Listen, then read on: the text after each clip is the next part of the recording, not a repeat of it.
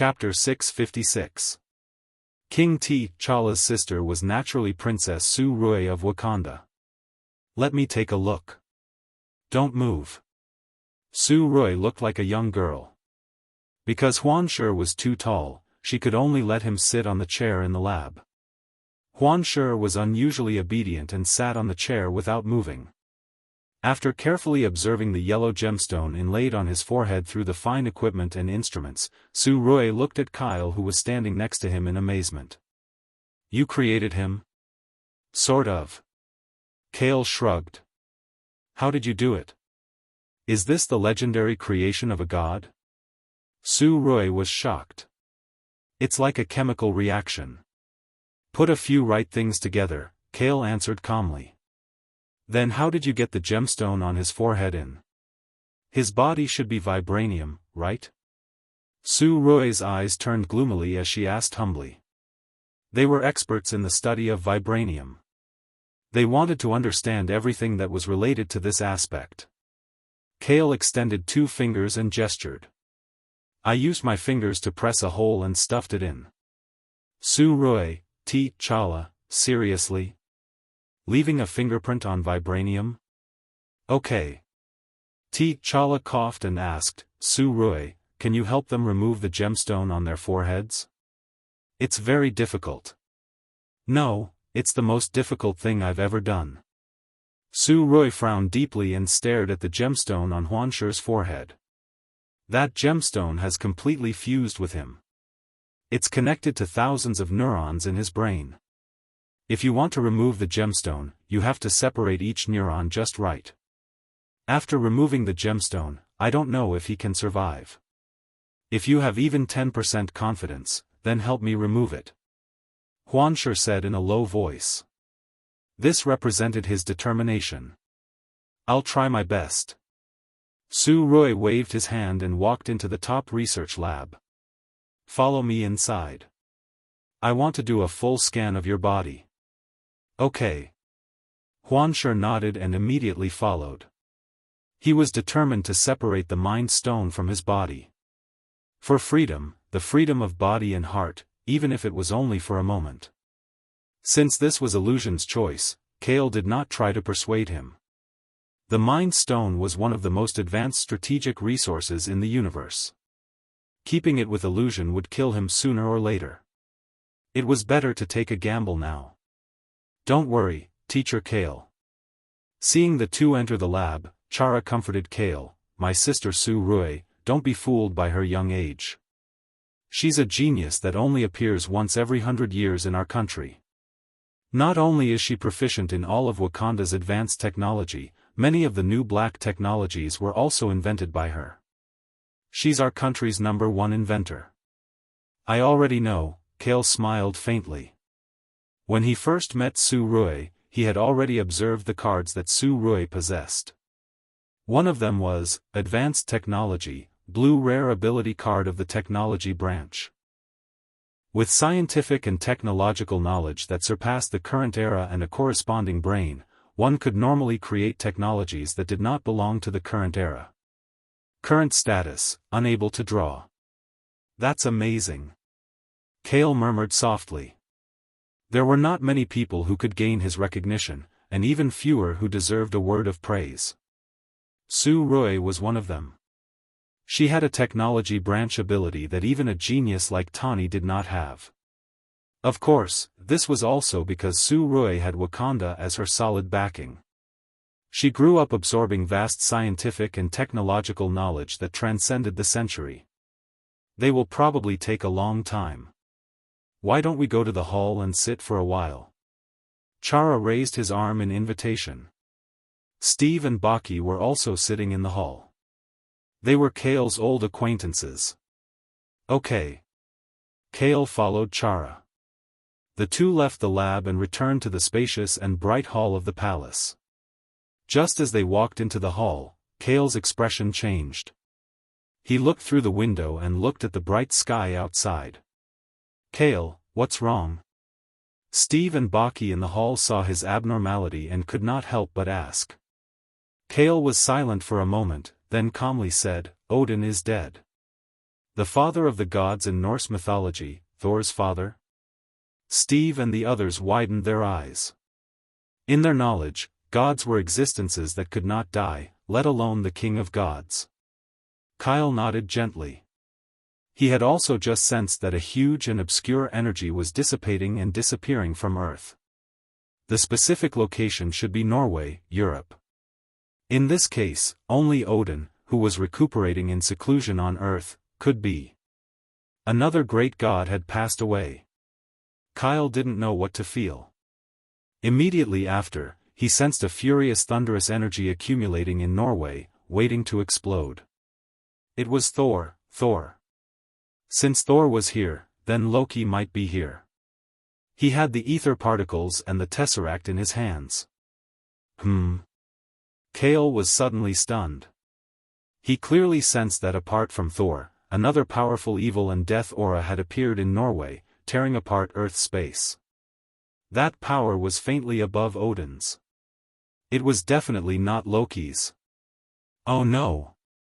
Kale reacted quickly. He pulled out a card and materialized it into a hanging ring. He wore it on 2 fingers of his left hand and immediately drew a circle in the hall. Sparks flickered as a portal opened. Kale rushed into the portal alone, leaving behind a dumbfounded T'Challa and the others in the hall. What the hell was going on? Europe, Norway, on a grassy cliff near the sea. When Kale walked out of the portal, he just happened to see Thor's hammer shattered into pieces on the ground. There was also a beam of light from the rainbow bridge on the grassy area in front of him. Thor, Loki, and a woman in black were quickly moving up the rainbow beam. I can still make it. Kale immediately entered the dual star state. Under the burning energy, he turned into a dazzling stream of light. At the last moment before the rainbow bridge's beam disappeared, he crashed into the beam and left Earth like the last flame. The rainbow bridge's beam disappeared from Earth, leaving a circular mark in its place. Another portal opened, and Doctor Strange walked out. He glanced at the empty scene, and his eyes finally fell on Thor's hammer that had turned into pieces. I was a step too late. I should say, fortunately, I was a step too late. Otherwise, I might have died. Mr. Kale went after them. It's really a fight between gods. Doctor Strange shook his head and stepped through the portal to return to the New York sanctum. As long as they did not cause trouble on Earth, everything was fine. Inside the rainbow bridge's beam that shuttled between the universes. Due to Odin's death, death god Hela, who had finally broken free from the seal, was flying freely in the rainbow beam. 2 black bayonets appeared in her hands, and one after another, she sent Loki and Thor flying out of the rainbow beam, falling into an unknown place in the universe. There's someone else? Hela looked down in surprise and saw that at the end of the beam, there was a figure shrouded in dazzling colorful flames, chasing after them at an extremely fast speed.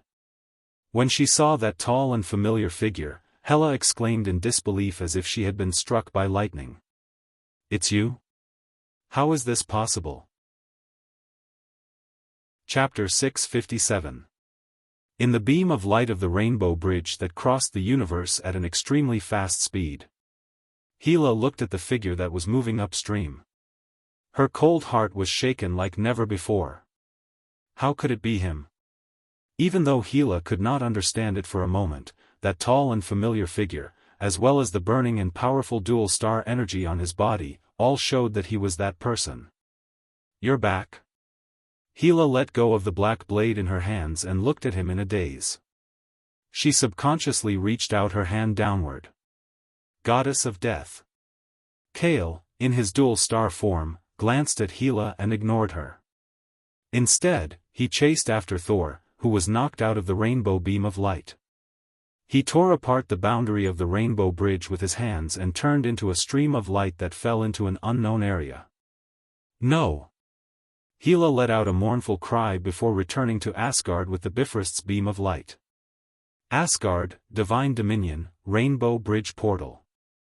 Heimdall, who was wearing golden armor and holding a holy sword, suddenly had a bad feeling. He looked in the direction of the portal covered by the light of day. It was not Thor and Loki who were teleporting back, but a cold woman wearing a black crown and black leather armor. Hela looked at the Rainbow Bridge portal and said coldly to Heimdall, "Asgard, your king is back." The moment she set foot on the land of Asgard, her aura perfectly merged with the divine dominion, and a steady stream of native energy poured into her graceful body. As long as she came here, Hela was stronger than Odin. This was the law that was created back then, and no one could change it. "I'm invincible in the divine dominion. I'll wait for you in the divine dominion," Hela whispered to herself. At this time, in the wilderness of planet Sokka, a wormhole exit in the sky. Kale, who was covered in flames, fell from above until he was close to the mountain of garbage. He suddenly hovered at a low altitude, and the air currents that he created blew the garbage to both sides. This is... Kale deactivated his dual star form and slowly landed on the garbage mountain. He glanced around at the abandoned garbage area and then looked up at the city buildings as far as his eyes could see. Planet Sokka, I didn't expect to be able to come back here. Kale sighed softly. He was too familiar with this place. He had lived here for a period of time and searched for a way to break out of the dying body. In the end, he defeated a co-living body of a god and escaped here. This was the place where he became a god. It was a pity that everything had changed. Even the lost land could not escape the vicissitudes of time. "Master, have we arrived at Sokka planet?" Venom, who had been parasitic in his body and had been in a dozing state, suddenly became alert. "Yes, it doesn't seem to have changed." Until he heard a voice. "Warrior?" "Sort of." Kale nodded calmly. He sensed a strong energy from the other party. This energy was a bit familiar. It seemed to come from the local inheritance of the god's domain. "Then I'm too lucky. You look so young.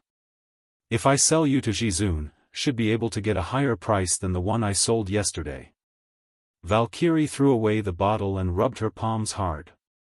Just as she was about to attack Kale. Kale suddenly took a step forward. His right foot stepped on the void, and a suffocating force pressed down. Gravity pull, full open.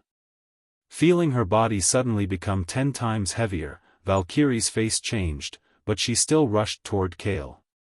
Although her movements were a bit difficult, her speed did not slow down much. "You can easily ignore 10 times the gravity. Aren't you an ordinary scavenger?" Kale smiled indifferently.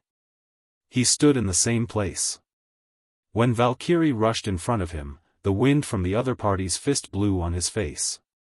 "Too slow," Kale commented in a low voice. He stretched out his right hand at lightning speed and caught Valkyrie's fist firmly. Feeling her fist being clamped by an iron clamp, Valkyrie did not hesitate. Her accumulated combat experience allowed her to quickly lift her left knee and kick toward Kale's crotch. "It's useless." Kale shook his head gently. Without seeing him do anything, a powerful telekinetic force with him as the center suddenly pushed the air outwards. Valkyrie in front of him was directly sent flying. Bang! Valkyrie flew 10 meters and crashed into a small garbage mountain. She lay on the garbage with her arms and legs spread out. "You're giving up just like that?" Kale walked toward her. Halfway there, Valkyrie quickly raised her hands. There was a spaceship control device on her wrist. A spaceship had quietly flown behind Kale. 2 cannons were aimed at his back. Under Valkyrie's remote control, a dense torrent of energy bullets rapidly shot out. Whoosh whoosh whoosh. At the critical moment, a layer of flames appeared on Kale's body and enveloped his body. He allowed the energy bullets to land on his back. He walked in front of Valkyrie as if nothing had happened. He calmly looked down at Valkyrie, who was half lying on the garbage. "Have you had enough fun?" "Fine." Valkyrie raised her hands and faced Kale. She said straightforwardly, "I surrender." She was not deliberately showing weakness. She was really convinced. The man in front of her was simply a humanoid monster. She could not do anything to him even after using all her methods. Not only was his strength much higher than hers, but his abilities, methods, combat experience, and so on were all countless times more than hers. Now I'll ask and you'll answer. Kale looked at her and asked, "Have you seen the two people who were teleported here recently?" One of them looked weak and cold. His skin was sickly pale. He was a man in his early 30s. The other one had a rough face and wore silver armor. He was also a burly man in his early 30s. Valkyrie's eyes flashed with a strange light. She said, "Yes. The first one was called Loki. He came here a week ago and is still a guest at Jizun's place. The second one was called Thor. He came here yesterday and was caught by me. I sold him to Jizun. He should be put in the Starry Sky Duel Arena tonight for the competition." Duel Arena, competition, Kale softly muttered, and a familiar feeling welled up in his heart. He removed the twin star form and said to Valkyrie, "Take me there. I want to watch the competition." Valkyrie spread out her hands and said, "It's not impossible. But if you want to enter the city, you must pass an assessment. At the very least, you need a scavenger identity card." Before she finished speaking, Kale had already taken out a card. After materializing it, he threw a scavenger identity card into her hand. He knew the rules of Sokka Planet much better than Valkyrie. After all, when he was here, Valkyrie was still nowhere to be found. Chapter 658. After Nightfall. The lost planet Sokka, the Starry Sky Duel Arena that could accommodate hundreds of thousands of spectators. At this time, the audience seats around the circular duel arena were full of aliens inside and outside, stacked up to dozens of meters high from the front row. They were waving their support items enthusiastically, and loud cheers echoed in the night sky above. A private spaceship flew directly above the duel arena and remained suspended hundreds of meters in the air.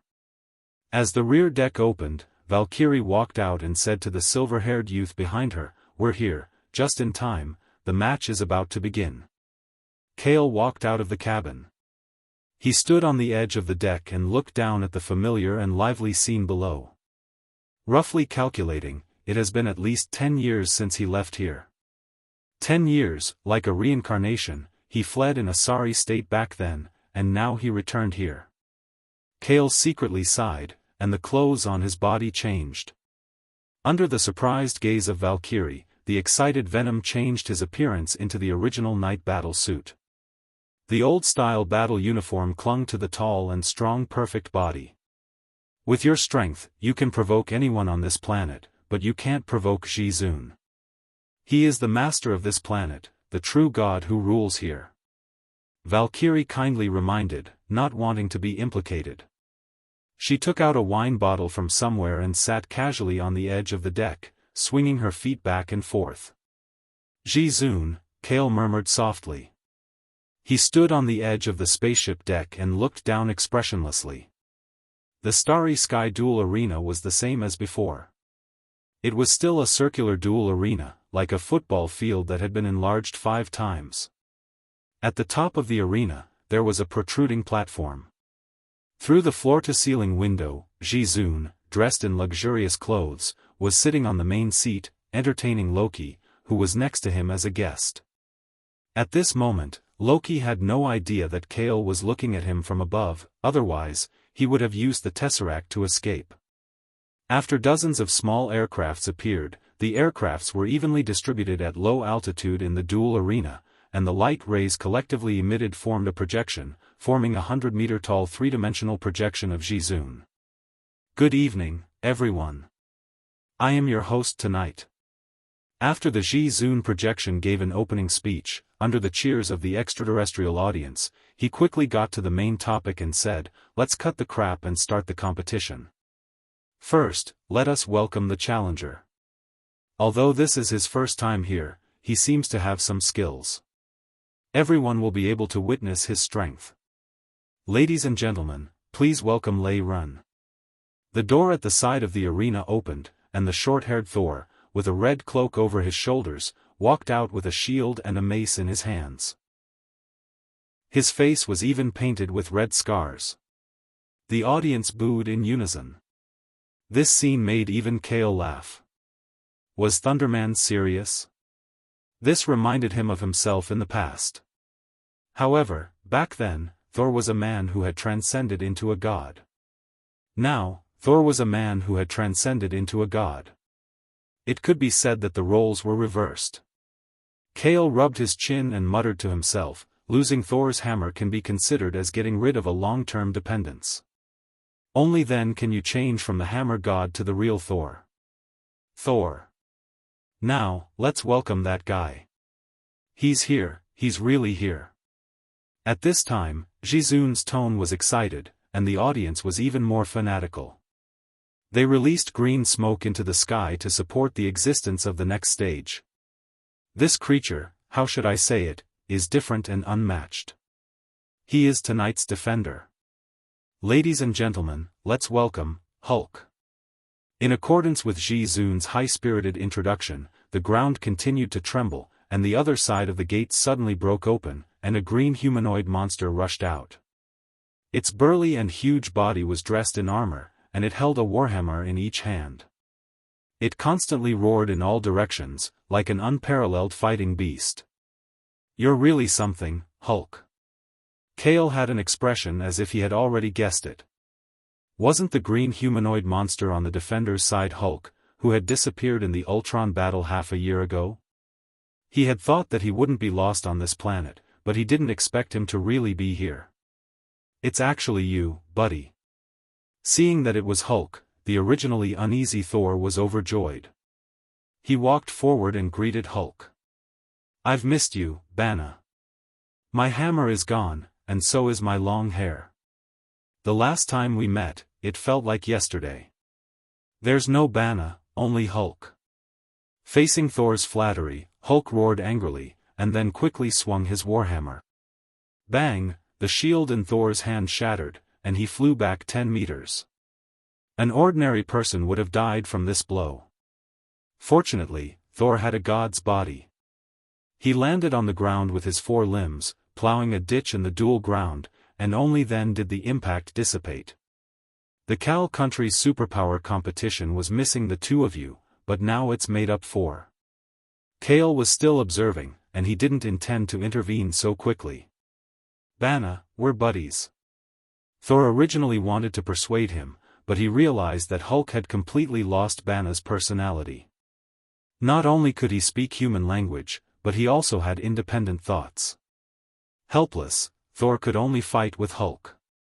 The 2 fought in close combat, and the frightening scene was, first, Thor was thrown out and landed on the wall of the dual ground, creating a huge hole. Then, Hulk was sent flying. The 2 fought back and forth in a short period of time. However, it wasn't a good idea to fight Hulk in close combat for a long time. As the battle continued, Hulk's rage accumulated, and his combat power soared. On the other hand, Thor's stamina decreased sharply, and he started to fall into a disadvantage. He was pressed under his body and beaten continuously. Until Thor's eyes were filled with lightning. Without using Thor's hammer, his body was still surrounded by lightning. He raised his hand and blasted out a bolt of lightning, pushing Hulk, who was on top of him, back a few meters. Hulk rolled on the ground and stood up again. I understand. Thor looked down at his hands, and the lightning on his body became more and more powerful. At this moment, he realized that Thor's hammer wasn't his exclusive weapon, but a tool used by his father to restrain and temper his divine power. Roar! Hulk, who was full of rage, roared and rushed towards Thor. Thor's body flashed with lightning, accumulating Thor's power, and dashed forward, unwilling to be outdone. Just as the 2 were about to collide, a flaming figure suddenly descended from the sky and landed in the middle of the 2. One hand blocked Thor's lightning fist, and the other hand blocked the green fist with the force of 10,000 kilograms. The 3 forces exploded at the same time, and the air exploded layer by layer. A wave of dust swept outwards. The audience's cheers came to an abrupt end. They widened their eyes in disbelief, looking at the silver-haired youth who suddenly intervened in the battle. Kale, who was in his dual star form, burned with flames and blocked Thor and Hulk's full power attacks. He looked at each other and said in a deep voice, "This farce should end." "Kale, you're here too?" Thor looked at him in surprise.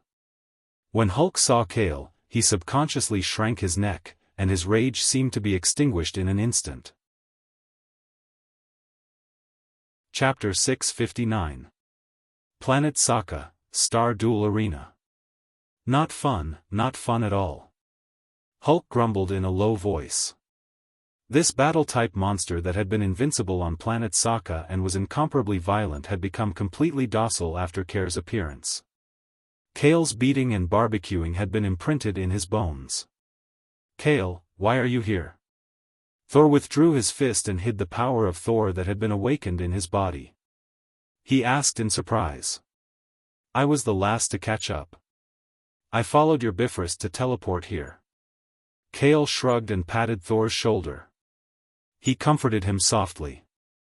"I already know about your father." "Really?" "I disappointed him." Thor lowered his head in disappointment.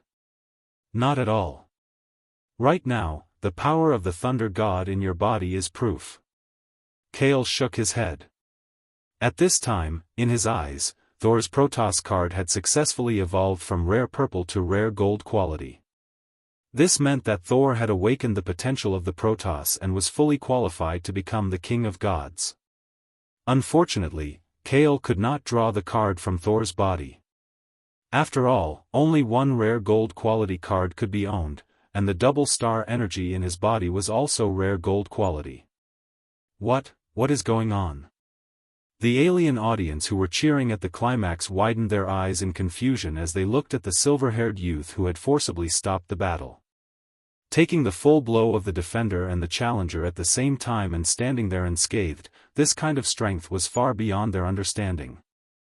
And looking carefully, after the silver-haired youth appeared, the defender and the challenger stopped fighting at the same time and chatted as if they were acquaintances.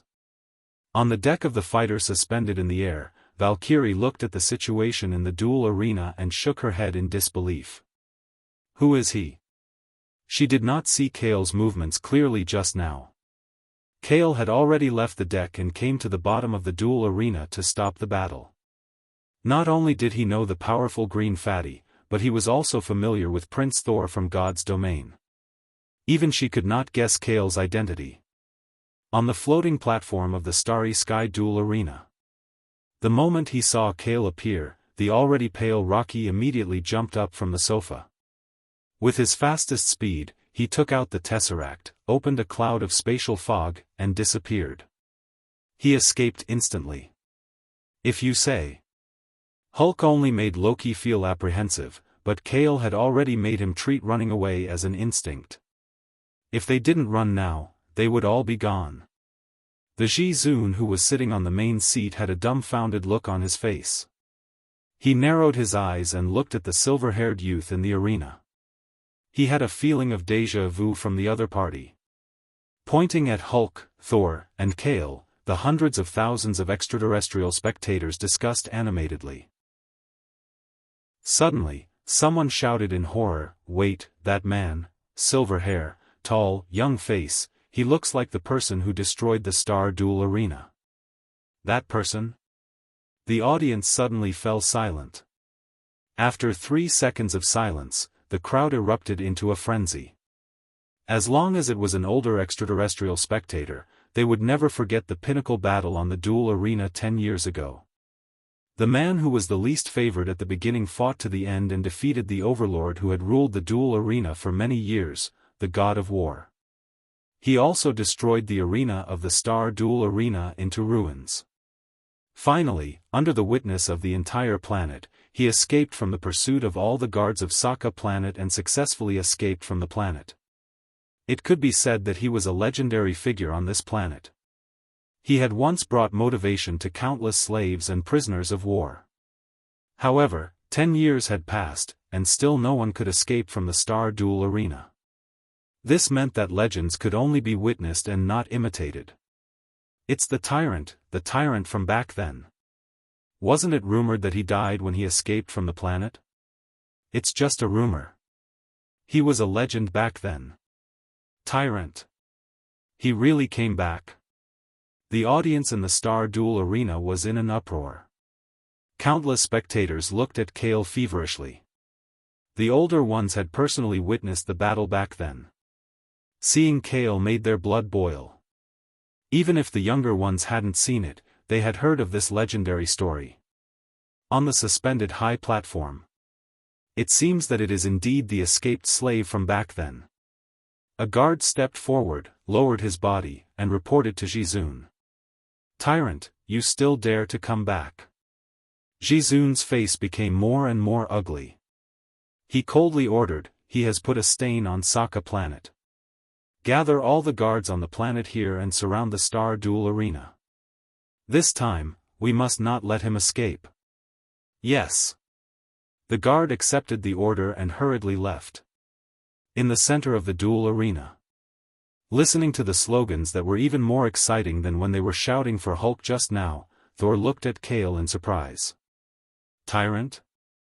Who are they shouting for? Before I became a guardian of the divine realm, I had been here before. There is still an unresolved grudge here. Kale smiled and looked up at the suspended high platform at the top of the dome. His gaze seemed to meet the high and mighty Jizun. He calmly said, Jizun, get down here. This sentence was like a sudden clap of thunder that stunned the hundreds of thousands of extraterrestrial spectators. They were dumbfounded and looked at Kyle in unison as if they had been frightened. Madman, he is really a madman. The Valkyrie on the fighter changed her expression. Sokka planet had existed for millions of years. Countless extraterrestrials had fallen here. Only Jizun was eternal. Jizun was like a high and mighty god. No one could despise or question his authority. But today, someone asked Jizun to get down. This was challenging the authority of the entire planet.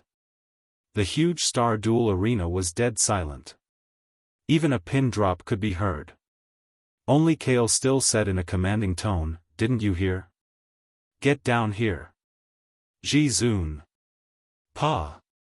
Jizun directly crushed the armrest of the chair. His face had turned ashen. He roared at the guards behind him, where is he? Why is he not here yet?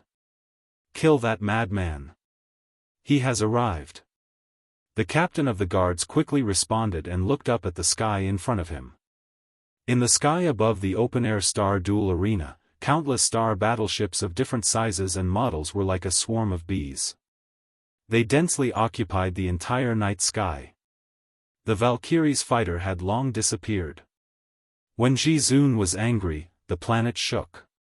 Smelling the strong smell of gunpowder in the air, the extraterrestrial spectators in the audience panicked and scattered, flocking to the various exits behind them. Looks like we have to continue fighting. Kale, don't make a move first. Let me do it. Thor looked at the star battleships in the sky and raised his hands without showing any weakness. His body was once again wrapped with lightning. However, it didn't last for more than 3 seconds. As the neurotoxin device on his neck was activated, his body twitched and fell to the ground. Hulk, who was next to him, looked at him with disdain. Thumbs down, he said, you can't. Thor was lying on the ground half awake. His body was still twitching. He was so depressed that he wanted to vomit blood. You just lie down. This is my past grudge. I will cut it off myself.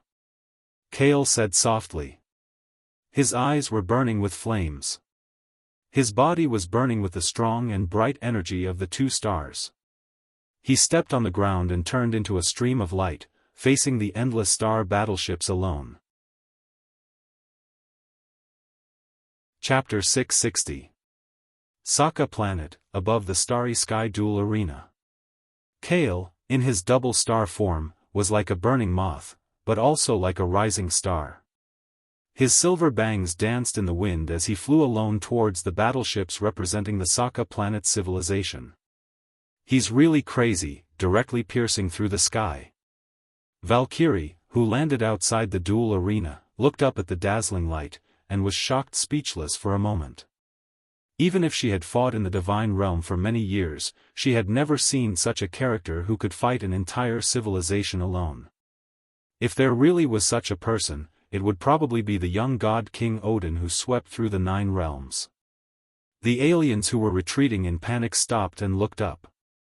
This shocking scene would probably be deeply imprinted in their memory, unable to be erased.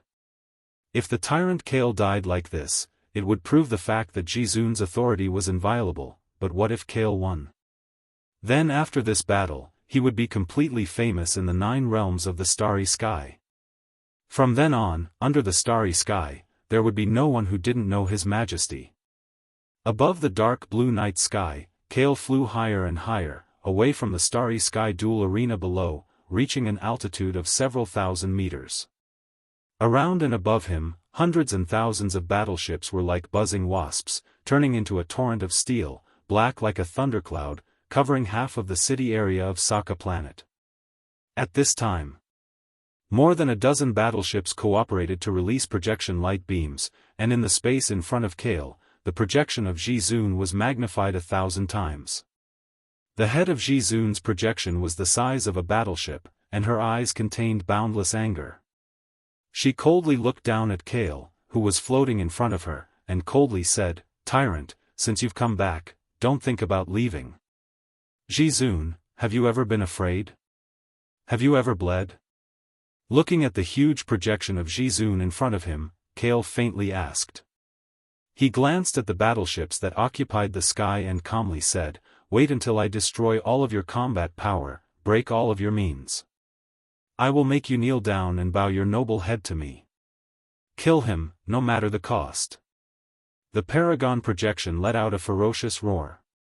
However, before the battleship could move, Kale made the first move. He casually raised his hand and blasted out a dazzling laser beam, which pierced through the Paragon projection's forehead and landed on the bottom of an aircraft carrier above. Boom! The laser beam with its own space and fire attributes instantly broke through the deck of the giant battleship and went straight into the drive core that was accumulating energy. The next moment, the mothership exploded like a bubble. The heatwave covered an area of 1,000 meters, forcing many nearby battleships to avoid it. Like the most beautiful fireworks in the starry sky, the wreckage of the battleship, which had turned into a ball of fire, fell towards the arena at the bottom like a meteor. Within the starry sky dueling arena, the remaining spectators in the spectator stands had already fled in flocks. On the floating platform, Jizun's expression changed. Under the protection of the captain of the guards, she left in the direction of the backstage. On the duel field, only Hulk and Saul remained where they were. When Hulk saw the wreckage of the battleship flying down, he didn't panic. Instead, he was extremely excited and wanted to use both of his hands to catch it. Thor was still lying on the ground due to being poisoned by the neurotoxin. He was in a semi-conscious state.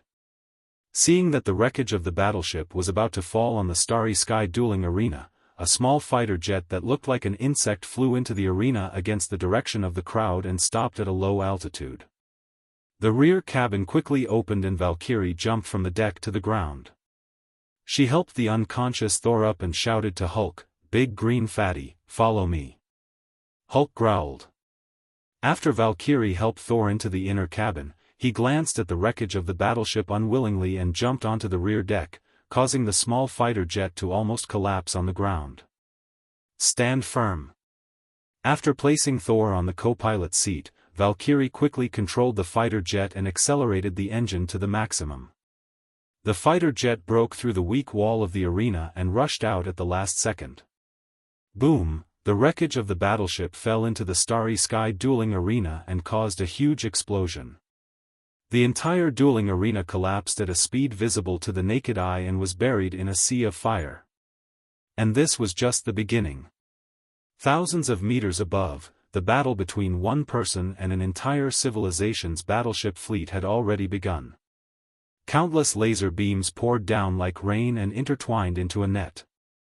The super-strong explosion was like thunder roaring, shaking the heavens and earth. The night sky had already become bright. The wreckage of the battleship was like scattered meteorite fragments, falling to the ground below one after another. The sky was changing and the earth was collapsing. This doomsday-like scene was too terrifying.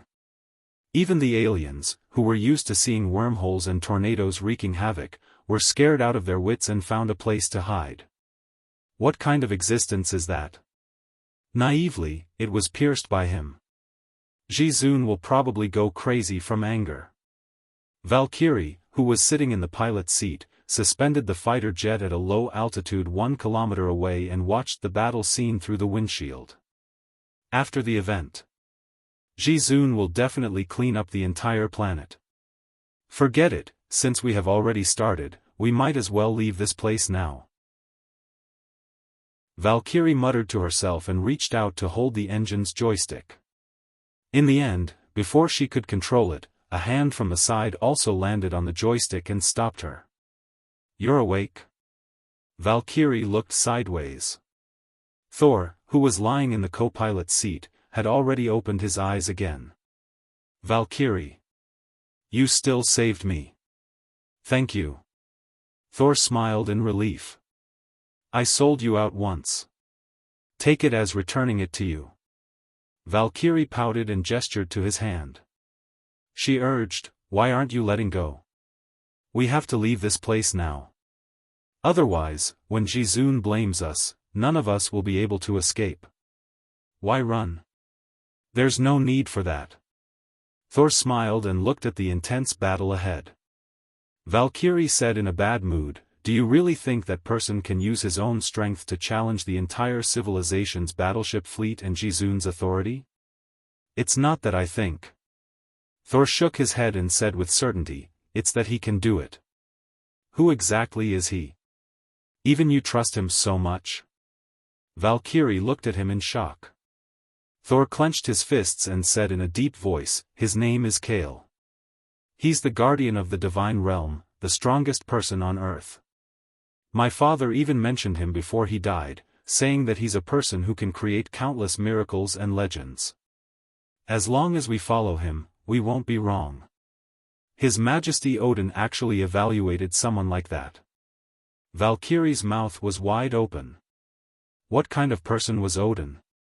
He was the peak existence of the 9 realms. With millions of years of experience, he had seen countless geniuses and heroes born in the universe. It was definitely unprecedented for him to evaluate a man like that. Watch carefully. He definitely won't lose. Thor grinned. His confidence in Kale exceeded even his own. Chapter 661. On this night, no one on Sokka planet was able to sleep. Everyone was dominated by an emotion called fear. Most aliens believed that this battle would soon end. In front of the battleships that represented the combat strength of Sokka planet, no matter how strong a life form was, it would instantly be crushed into powder, but they were wrong beyond belief. Once the battle began, it fell into a long stalemate. The explosions were like magnificent fireworks, continuing in the skies for an entire night. Because of the intense light of the lasers and explosions, the night sky didn't darken for even a moment. At the end of the battle, the heavens and earth turned into a sea of fire. Countless burning ashes drifted down from the skies of Sokka planet like snowflakes drifting down in the wind. It wasn't until the darkness of the night gradually faded away that the first rays of dawn came from a wormhole vortex in the wilderness. The air above the city was filled with smoke and the smell of blood. Countless ashes fluttered in the air like snowflakes. Last night, the wreckage of the battleships fell down like meteors, creating a crater with a radius of 10,000 meters where the starry sky dueling arena used to be. This place had become the largest garbage dump site on Sokka planet, a graveyard of interstellar battleship wreckage. At this moment, Countless aliens hidden all over the planet turned their surprised gazes towards a single point in the sky. There were no longer any battleships in the sky, not even a small aircraft. In the empty skies hundreds of meters above, there was only a tall and small figure standing tall and straight. The dazzling flames on his body were dim, but they still shined with an inextinguishable brilliance. At the end of the battle, the only person left in the skies of the battlefield was Kale. It can't be, he really did it. He challenged the Supreme, faced the fleet of battleships alone and won. As the countless surviving aliens saw this, they were shocked speechless. But, everything in front of them was an indisputable fact. What was a war god? This was a true war god. This is too exaggerated. Has our realm of the gods ever had such a warrior? In a battleship parked several kilometers away, the Valkyrie sat in the pilot's seat.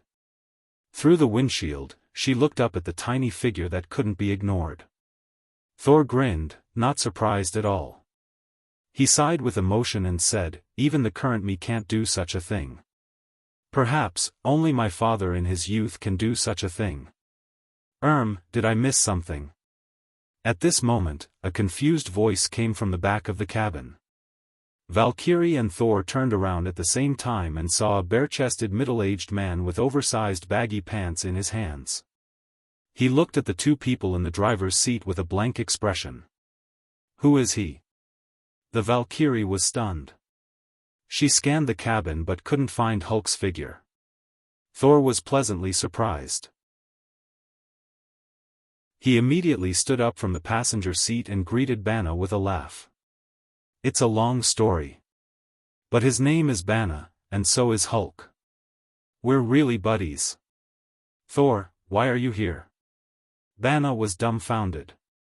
Looking at Thor who was walking in front of him, he asked in surprise, "Wait, where am I now?"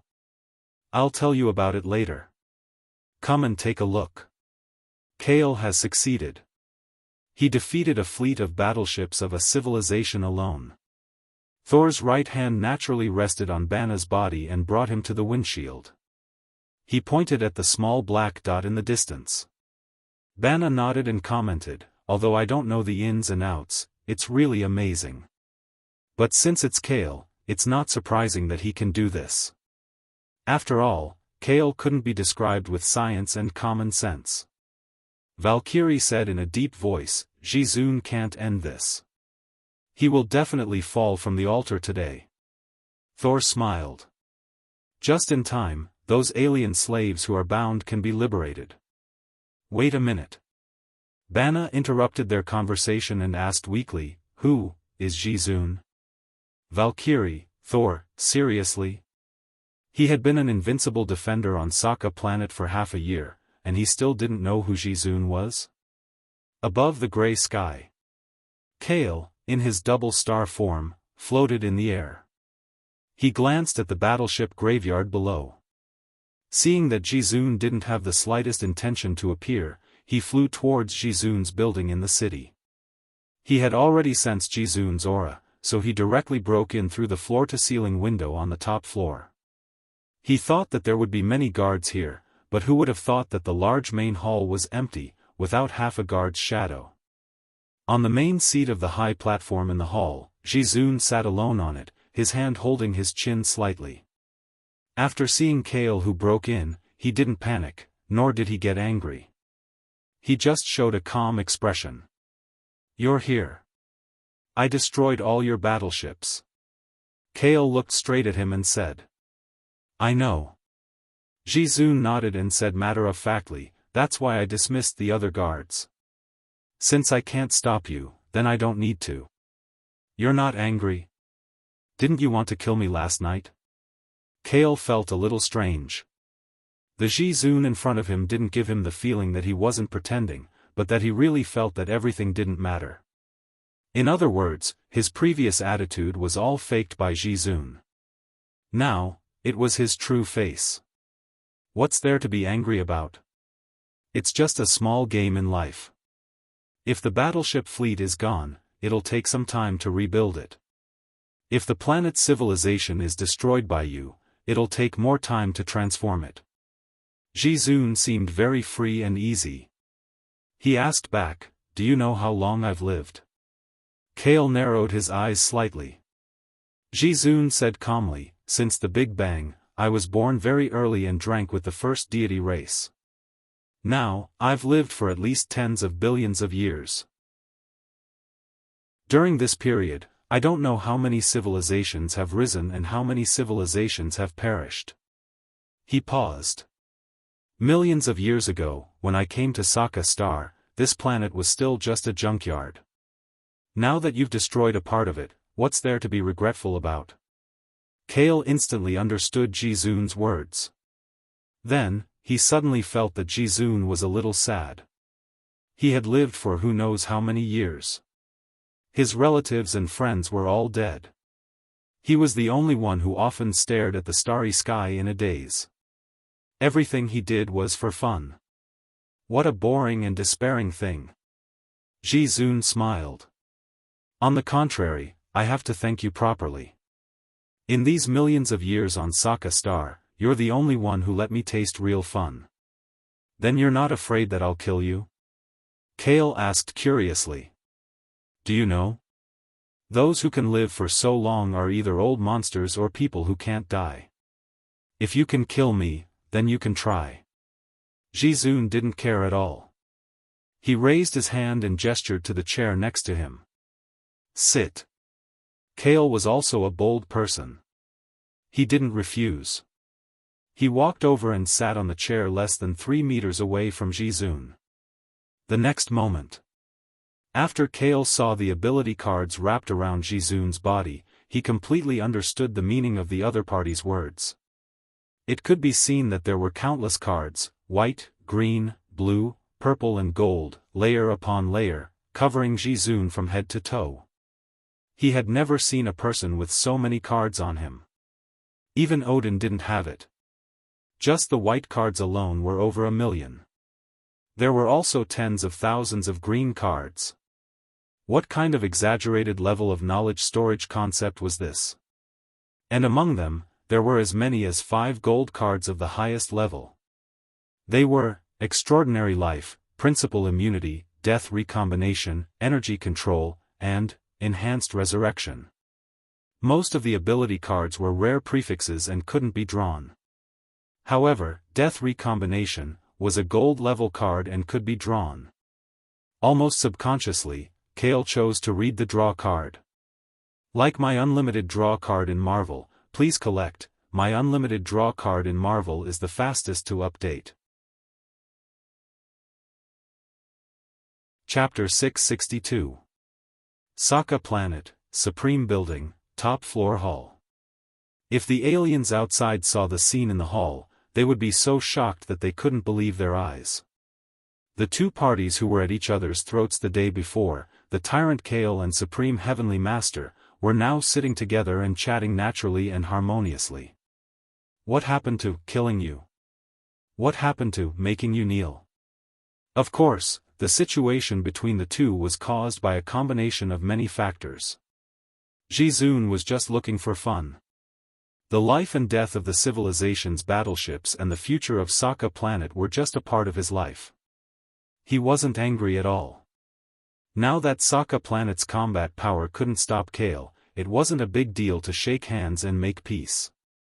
He wouldn't die anyway, and he even found real fun and interest in it. Kale wanted to draw Jizun's card. Moreover, he really couldn't kill Jizun, a special life form. He sat on the chair and read the golden card, wanting to hear what Jizun had to say. Looking at the calm Kale, Jizun sighed. "You are indeed very interesting. You have the strength and demeanor of a top powerhouse in the universe. I have only seen 5 people as interesting as you in my life. You are the 6th. Which 5? Kale followed his words and asked. "The first one is the first deity clan to be born in the universe. His name is Loka. If he is still alive, he should be about the same age as me." Jizun smiled and then sighed. "Unfortunately, after I came here, I haven't gone out for millions of years. I don't know if he is still alive."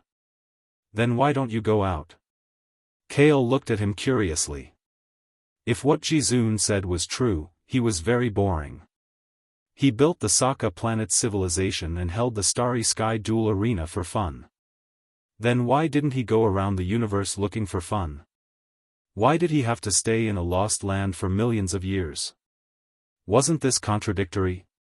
A look of reminiscence appeared in his eyes. Jizun did not speak. After a long while, he finally opened his mouth and said, I like to gamble. There are countless gambles in my life. Because of my vast and profound knowledge, I basically win every bet. I won a lot of things, but I gave them all to my brother. What does this have to do with you staying on Sokka planet? Kale frowned. It's simple. Jizun shrugged and spread out her hands.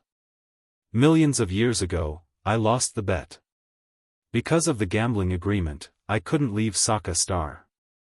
It's that simple? The way Kale looked at Jizun had changed. Just how obsessed was she with gambling? Jizun snorted, I'm a person who keeps promises. Since I've lost, I'll admit it. Is the person who gambled with you dead? Kale asked. Jizun shook her head, I don't know. But I do hope that he's still alive, so I can gamble with him again. I'm afraid it will be difficult. Kale couldn't help but shake his head. Not everyone had a lifespan as long as a supreme martial artist, and not everyone had an unsolvable life-saving talent like him. Extraordinary creature, rare gold ability card. Transcendent lifeforms born in the universe were born with the laws of the universe. Their natural lifespan could reach 10 trillion years. Logical immunity, rare gold ability card. Normal physical and natural attacks under the universe level are theoretically ineffective against this creature. Yes, this was 2 of the 5 gold ability cards that Jizun had. With just these 2 cards, even if she was jumping around the universe, she would still be safe and sound. The person who gambled with you back then was the second person you found interesting? Kale asked doubtfully. Yes. Jizun nodded, he was indeed very interesting. Then who are the other 3? Kale continued to ask questions. During this period of chatting, he had already finished reading the gold ability card. Without thinking too much, he continued to draw the other cards from Jizun from the highest level to the lowest level. There's no harm in having more skills, it would be a waste not to draw the other 3. Jizun's eyes showed a look of reminiscence. She raised her head and said, one of them is Odin from the god's domain. He is a very bold and powerful star king. Once in 100 billion years, it can be said that he was the one who pacified the chaotic universe to what it is now. Kale pondered and said, even now, the outside world is still in constant disputes. It's just a small fight between civilizations. Jizun disagreed, if you have seen what the universe was like millions of years ago, you will know that the current 9 realms is equivalent to a peaceful and prosperous era. Kale had indeed never seen it before, so it was not appropriate for him to comment. He just calmly said, Odin is dead. I know. When I saw his son, I already knew. Jizun appeared very calm. He had lived for far too long. His age was even longer than a star, and he had seen too many people leave and die. What about the other 2 people you found interesting? Kale asked. One is Odin's daughter, the real master of the god's domain, Hela. The other is the Dark Dimension master, Domum. Jizun narrowed her eyes and said solemnly, the 2 of them are the most ambitious and conquering people I have ever seen. They are also the ones who can be confirmed to still be alive in the world now. Kale added a sentence in time. He had seen both Hela and Domum before, and Domum had even fought with him twice across the border. Jizun solemnly reminded, if you meet them, you must be careful. Both of them are very vengeful, and they will not give up until they achieve their goal. Kale fell silent. Would he say that he had already offended both of them to death? He was still secretly drawing cards, and he did not know how many cards he had drawn. Countless cards were piled up in the card space. For many years, no one has chatted with me like this. Jizun sighed. He looked at Kale and smiled. You win. This planet belongs to you. You can do whatever you want. Whether it's destroying the civilization of this planet or trying to kill me, it's up to you. There's no need for that. Kale shook his head. He and Jizun did not have that much of a grudge. It was just some grudges caused by the slaughter of the symbiotic demons back then. Now that he had annihilated the fleet of battleships, it could be considered as breaking the grudge from back then. I'm leaving. Kale stood up from the chair. After getting the valuable cards that could be drawn, there was no need to stay any longer. He got up and left through the gap in the floor-to-ceiling window. He turned into a stream of light and quickly left Jizun's building. Watching Kale's departing figure, Jizun was like an old man, sitting on the chair in silence for a long time. Until the captain of the guards returned to the hall and reported to him, Jizun, the interstellar spaceship is ready. That's good. Let's go, it's time to leave this planet. Jizun smiled happily and let out a long sigh of relief. The bet is over. End of chapter. Chapter 663. No one knew what Kale and Jizun talked about. The aliens on planet Sokka only saw that after Tyrant Kyle left the Supreme Building, Jizun's exclusive space warship was activated from the roof of the Supreme Building. It accelerated upwards and left planet Sokka through the red wormhole vortex. Jizun left. The god who created and ruled planet Sokka for millions of years did not even leave a word and left quietly, heading to some unknown part of the universe. With such an ending, the aliens thought that Kale had won. Only Kale knew that this was the best ending for Jizun. Only Jizun herself knew why Jizun did not abide by the bet and finally left planet Sokka.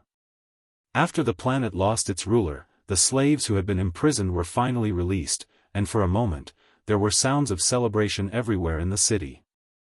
In the city of planet Sokka, Kale sensed Thor's lightning energy all the way and found the space warship parked on the ground 3 kilometers away from the galactic arena. Kale. Seeing the flaming Kale land, Thor and Banna excitedly went to the deck to welcome him. The Valkyrie followed behind and looked at the man in front of her with unconcealed respect. As a true warrior, he was worthy of everyone's respect and admiration. In one night, he fought an entire civilization's fleet alone and forced Jizun to leave. If this spread out, there would be no civilization that did not know about Kale. Where do you plan to go now? Kale deactivated his dual star form and looked at Thor and Banna calmly. I want to return to Divine Dominion as soon as possible. Thor clenched his fist and said in a deep voice, Father has already passed away, and Asgard's future is all on my shoulders. Hela has already gone to Divine Dominion, and I'm very worried about the situation there. Banna, what about you? Kale looked at Banna who had returned to his normal human form. I also just found out that I've become Hulk for half a year, and I came here on an out-of-control eagle. Banna's smile was a little bitter. He thought about it carefully, then spread out his hands and said, Of course I want to go back to Earth. But since Thor's kingdom is in trouble, I want to go there too. Maybe I can help. Kale nodded and asked the Valkyrie behind them, What about you? I. The Valkyrie stared blankly. She looked at Saul and then at Tuan Na. She made up her mind and said, I'll go with you. Now that Jizun has left, who knows what will happen to Sokka Star in the future. As the supreme ruler here, although Jizun was excessively reckless and disregarded the lives of the aliens, his existence undoubtedly stabilized the severed world. Now that the supreme being had left, there wouldn't be any major problems in the short term, but in the future, this place might become even more chaotic. Very good. Since the decision had been made, it was time to prepare to depart. Head straight to the divine realm, Kale said calmly. Leave? Sorry, although Brother Kale, you are indeed very powerful, Sokka Star is not a place where you can leave as you wish. The Valkyrie's expression was solemn. She looked at Kyle and reminded him, the space around Sokka is very unstable. If you want to pass through the wormhole vortex and head to the Divine Realm, you must have a good enough interstellar spaceship. My spaceship is not qualified, only the level of Jizun's spaceship. We don't need a spaceship. Kale shook his head. Kale, you mean the Divine Realm's Rainbow Bridge, right? Thor frowned and said with a wry smile, but I've already tried just now. Heimdall's side is probably in a situation and can't hear my call. Neither. Under the puzzled gaze of Thor and the others, Kale reached out and took something out of the card space. After materializing, a sapphire glowing with a bright blue light lay quietly on his palm. This is... Thor and Banna's eyes widened and said in unison, the Spatial Origin Stone? Kale simply nodded. There was no need to continue hiding the existence of the Spatial Origin Stone. He should use it. Whoever can take it from him can give it a try. Wait. Thor still couldn't understand. He looked at Kale curiously. I remember that the Rubik's Cube fell into Loki's hands. He even showed it off to me before. Yes. Kale nodded and said matter-of-factly, the Rubik's Cube is in his hands and the Spatial Origin Stone is with me. What's the conflict? Thor and Banna looked at each other. Soon, they seemed to understand something. Their faces were filled with admiration. You're really something, Kale. You're too steady. Thor couldn't help but laugh. When he thought that the Rubik's Cube in Loki's hands was just an empty shell, he couldn't help but laugh even louder. Then let's go now. Kale held the Spatial Origin Stone tightly in his right hand.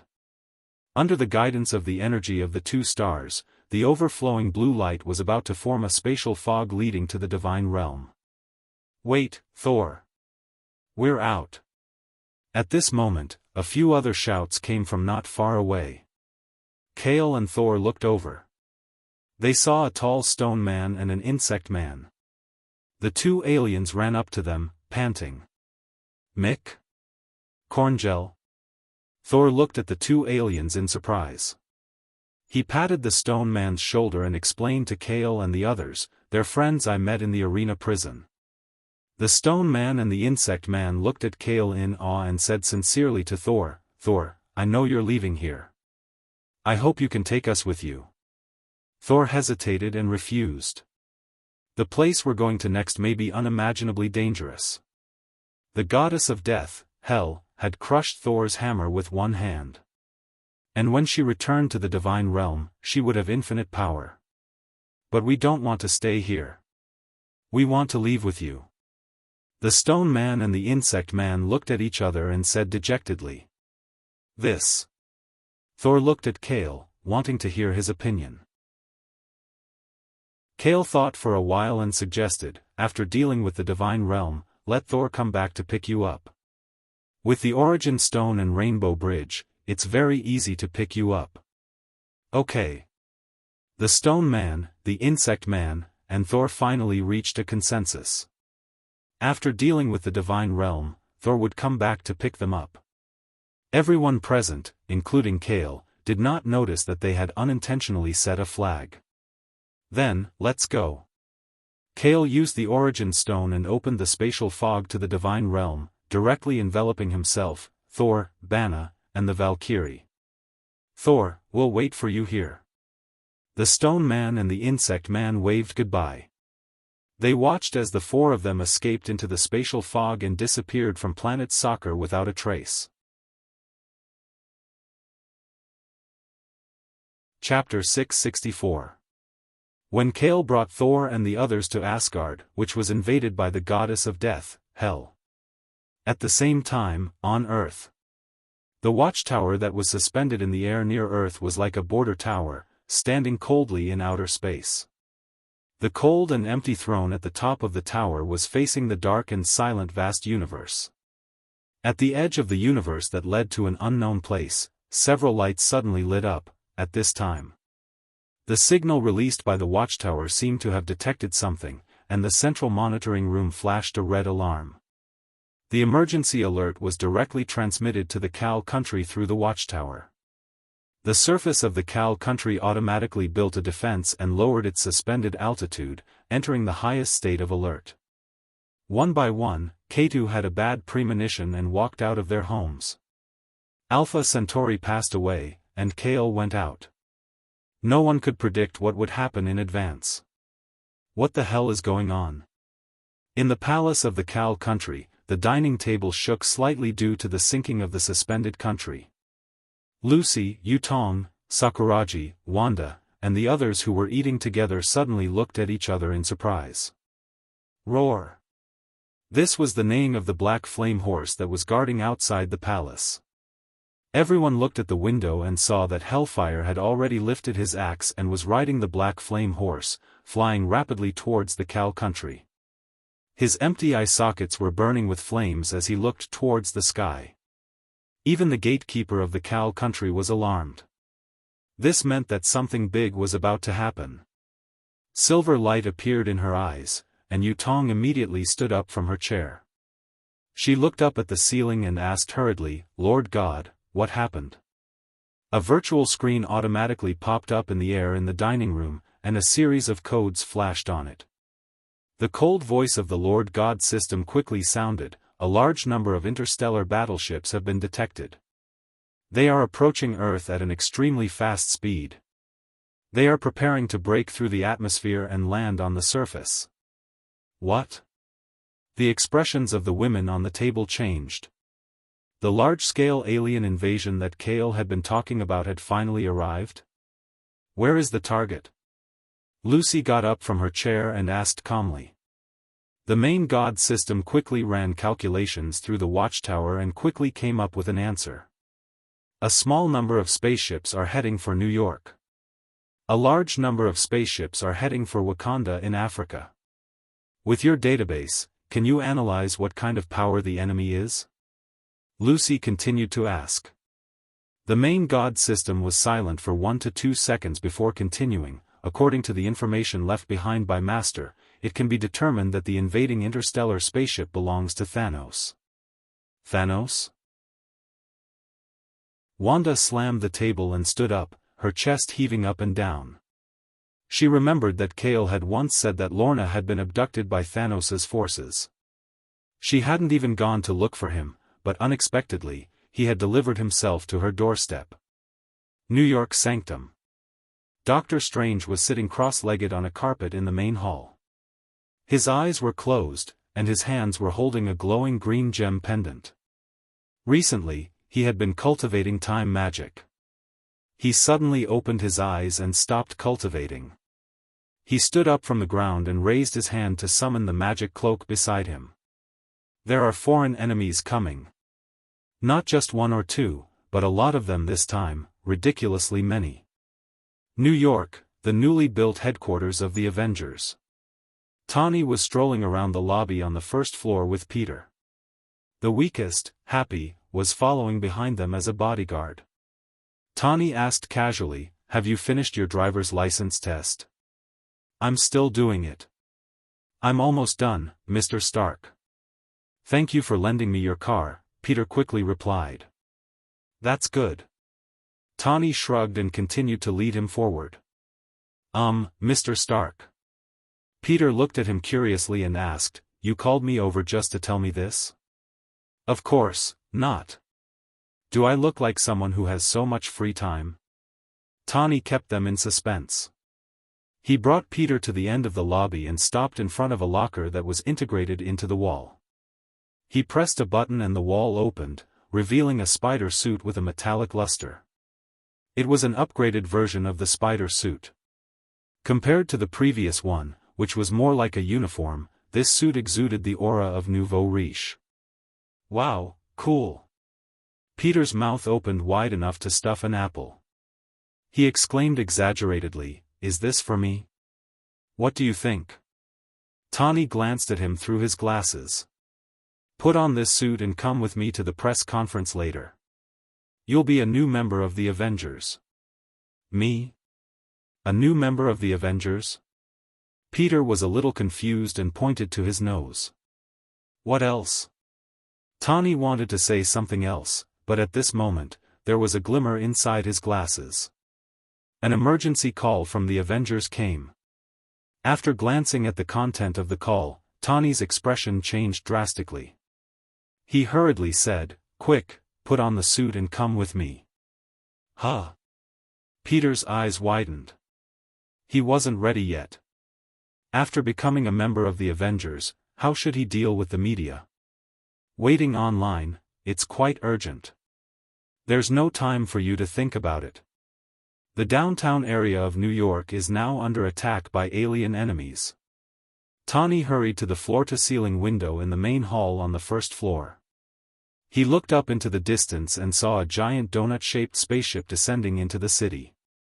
Seeing the familiar shape of the spaceship, Tani's already ugly expression became even uglier. His eyes were filled with anger and fear. He's here. Who's here? Tani? Happy couldn't help but ask. Thanos is here. Tani's voice trembled a little. At this moment, other than New York being invaded by alien spaceships, countless people on Earth raised their heads and looked at the sky. Scorching meteors streaked across the sky and headed towards Africa. Wakanda, Africa. Su Rui walked out of the research laboratory alone. Her face was heavy and her hands were behind her back. When she walked out, Chaka, Steve, and Baki, who were outside the door, all looked at her. "How is it, has that thing been taken out?" Chaka asked. After Kale left in a hurry a few days ago, Illusion continued to stay in Wakanda. After detailed diagnosis and calculations, Su Rui finally performed the surgery today. How should I put it? Su Rui reached out her hand that was hidden behind her back. She was holding an instrument with a yellow gemstone inside. This thing has been taken out, but Illusion is in a dormant state. I don't know how he is now, so we can only continue to observe for a while. If that's the case, then we can only wait for Kale to come back. Steve shrugged and looked at the yellow gemstone in Su Rui's hand. Also, this thing must be kept safe before Kale comes back. Otherwise, something big will happen. At this point, the research room, and even the entire palace, suddenly shook violently. This is an earthquake? Baki raised his eyebrows. Impossible. Let's not talk about the lack of crustal movement around here.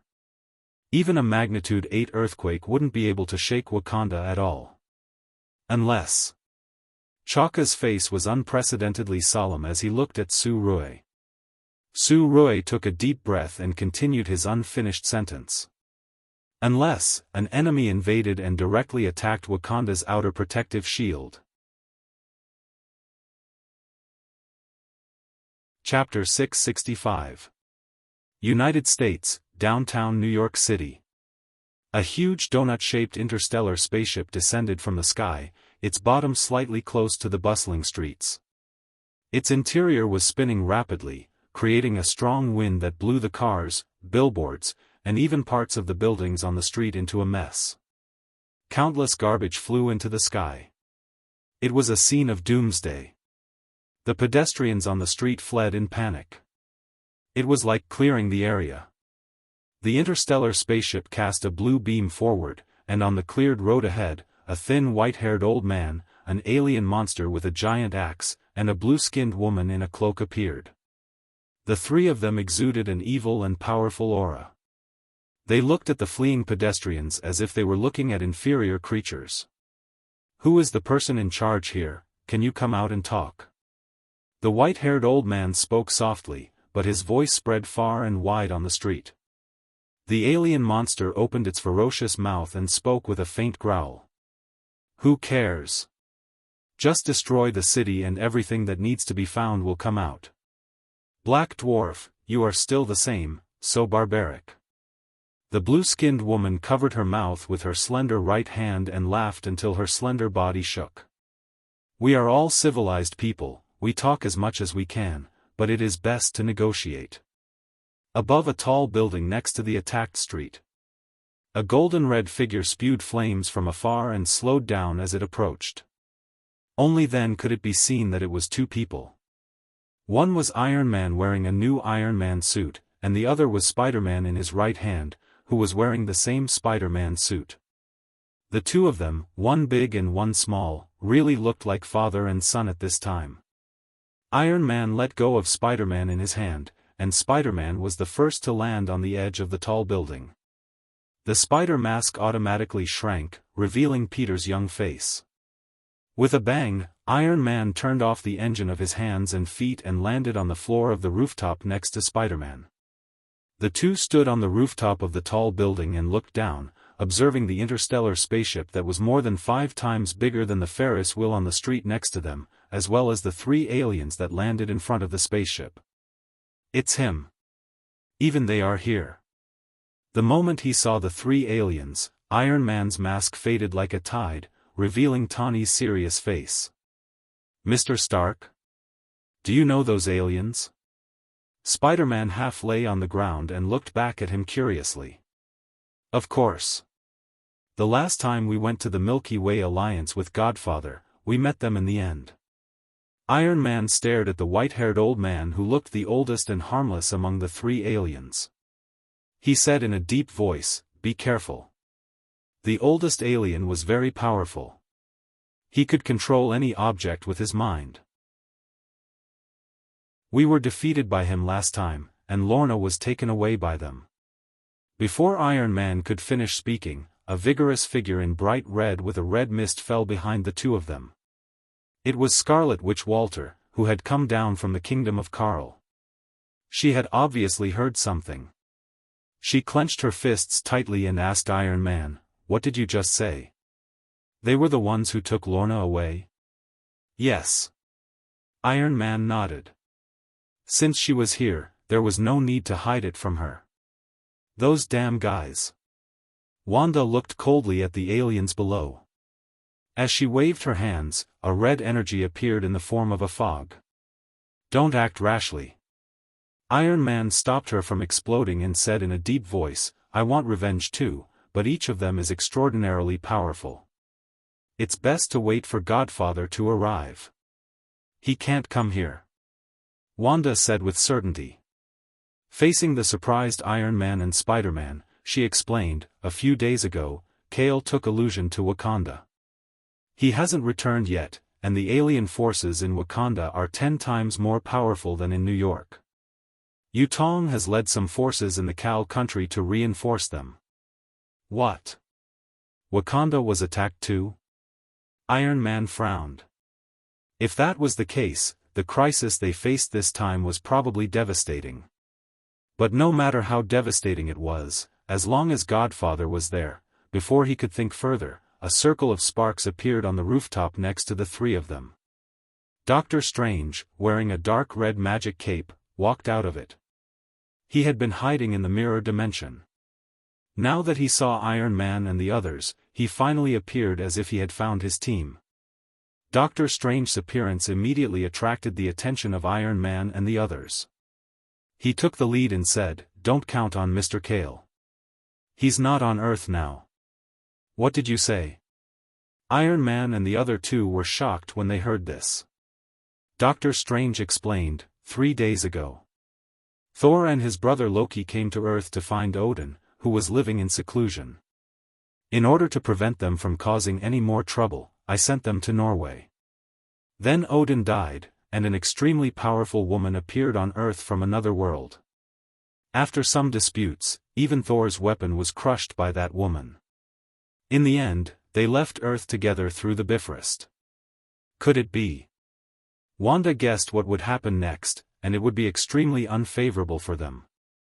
That's right. Doctor Strange smiled bitterly.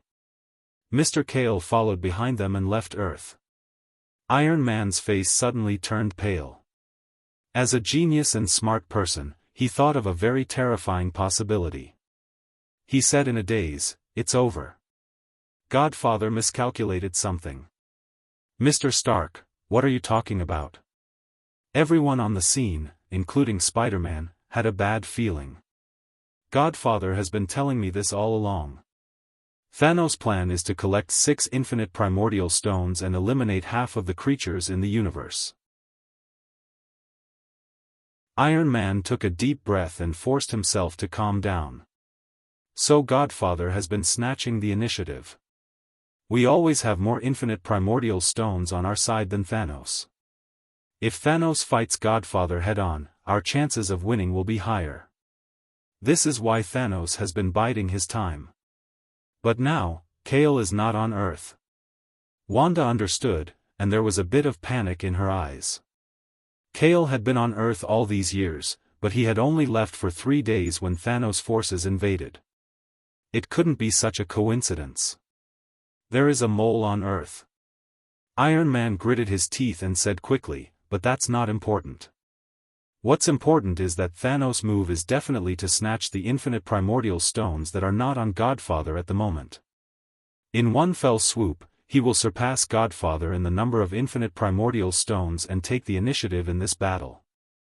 After all, Kale only had 2 infinite primordial stones on him, the Space Stone and the Strength Stone. This was the inside story that Iron Man knew. As for the whereabouts of the other primordial stones, the Soul Stone was probably in Thanos' hands. The Reality Stone was in Loki's hands. The Mind Stone was in Wakanda. The Time Stone was in Doctor Strange's hands. Iron Man, Illusion, and Spider-Man all looked at Doctor Strange and the magic artifact necklace around his neck at the same time. Iron Man said with difficulty, "Run, these aliens invading New York are coming for you." Doctor Strange's eyes widened in surprise. Then, 3 other figures suddenly appeared on the rooftop where the 4 of them were and surrounded them at the same time. It was the aliens who were on the street below, the 3 Thanos generals led by Ebony Throat. It's too late. Wrinkles appeared on Ebony Throat's old face, and his small eyes locked on to Doctor Strange. My new book, The King of Marvel, has been released on Chidian and has been decided to be serialized for a long time. Currently, it has 150,000 words. Readers can go take a look, add it to your collection, vote for it, and support it. That new book is updated twice a day. Here, the old book is updated once a day, so it's still stable. End of chapter. Chapter 666.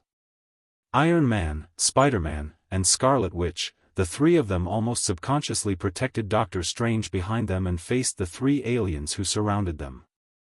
"I'm not as useless as I thought," Doctor Strange said in a deep voice, but he also knew that the Iron Man trio was not protecting him, but protecting the primordial time stone he carried with him. It didn't matter even if they lost, Kale was still there. But if the primordial time stone was taken away, it would not be a simple loss.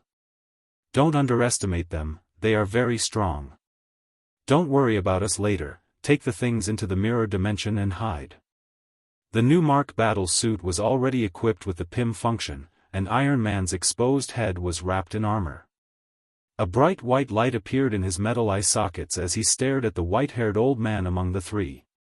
"We meet again, Iron Man." Ebony Throat shrugged and greeted Iron Man, then raised his hands to introduce his 2 teammates. "Big guy, Black Short Star, you've met before. The woman next to him is a superstar.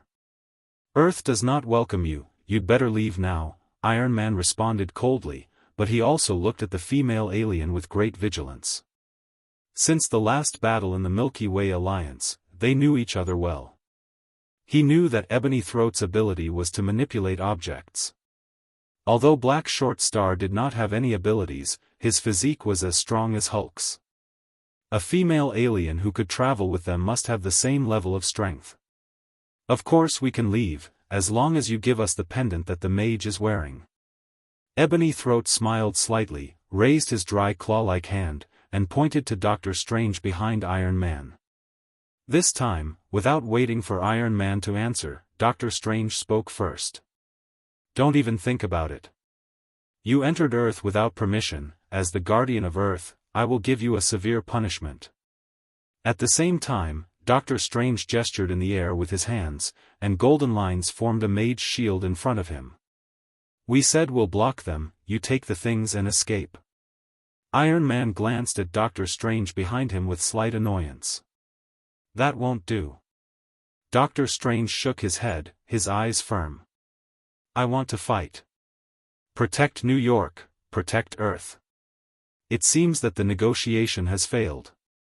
Ebony Throat spread his hands helplessly, but he wasn't very angry. He just waved his hand gently forward. Iron Man subconsciously raised his left arm and built an armor shield, but it was not Ebony Throat who made the move, but Spider-Man. Yes, Spider-Man, who had been on guard against the superstar, suddenly turned around abnormally. His eyes were filled with a crazy red light that indicated he had lost consciousness. Like a spider that had lost control, he opened his arms and legs and quickly rushed toward Doctor Strange. Doctor Strange reacted in time and subconsciously used his shield to block Spider-Man's attack. Spider-Man clawed at the magic shield with both hands, and as sparks flew, he was immediately sent flying. However, the moment he landed on the ground, his red eyes flickered with two streaks of red light, and he continued to launch a fierce attack on Doctor Strange. Peter! What's wrong with you? Iron Man didn't expect that it was his own people who made the first move. He wanted to stop Spider-Man, but Black Dwarf Star was already rushing toward them. His heavy footsteps shook the entire building. His huge figure was like a small black cloud, and the axe in his hand broke through the air and slashed toward them. Seeing this, Iron Man could only raise his armor shield first and barely block Black Dwarf Star's powerful slash. The shield immediately cracked with the axe, and the powerful impact caused Iron Man's body to sink. The floor under his feet broke open, and he fell directly to the floor below. You're really weak. Before Black Dwarf Star could finish his words, several laser beams shot out from the floor below, destroying the rooftop floor he was standing on, causing his huge body to fall down as well. He didn't know how many floors he had broken through, but he probably used the fastest way to get to the bottom. Protect yourself before I come back. Iron Man's voice faintly came from below, getting farther and farther away. Ebony Throat didn't care about all this. He gently raised his left hand, and with a wave of his hand, a billboard on the building flew up and quickly slammed toward Doctor Strange, who was fighting with Spider-Man. In the nick of time, Scarlet Witch finally made her move. She rushed to Doctor Strange's side, and the red energy in her hands was released, blasting the billboard into pieces. Oh. Not bad, not bad. Ebony Throat looked at Scarlet Witch in surprise. Earth's high-end combat power was a little beyond his imagination. What's wrong with him? Do any of you know? Doctor Strange used a magic shield to protect his body while using a magic cloak to bind the hands and feet of Spider-Man, who was out of control. It's mind control. That woman has very strong mind control. Scarlet Witch's hand gestures changed, and the red energy lingering around her body gently wrapped around Spider-Man. Her cold beautiful eyes met the supergiant who had been motionless, but his eyes were glowing white. Hey, hey, hey. The red light in Spider-Man's eyes faded.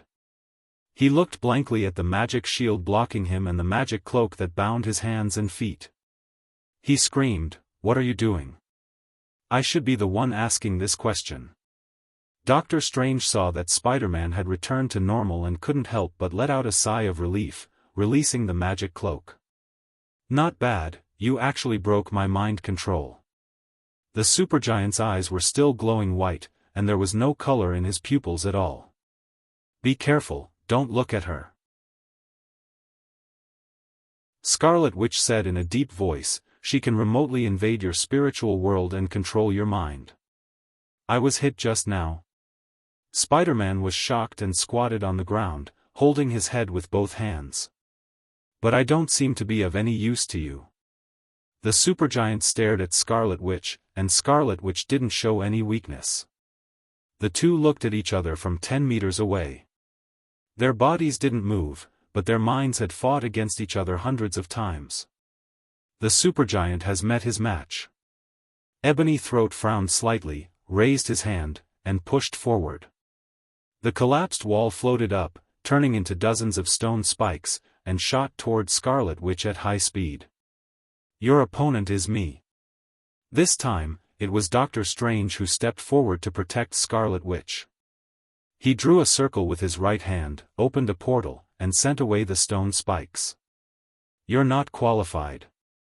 Ebony Throat's body floated up, and with a press of his hands, the flying objects in the sky flew toward Doctor Strange from all directions. Doctor Strange's portal and magic shield weren't good at dealing with this kind of all-around attack.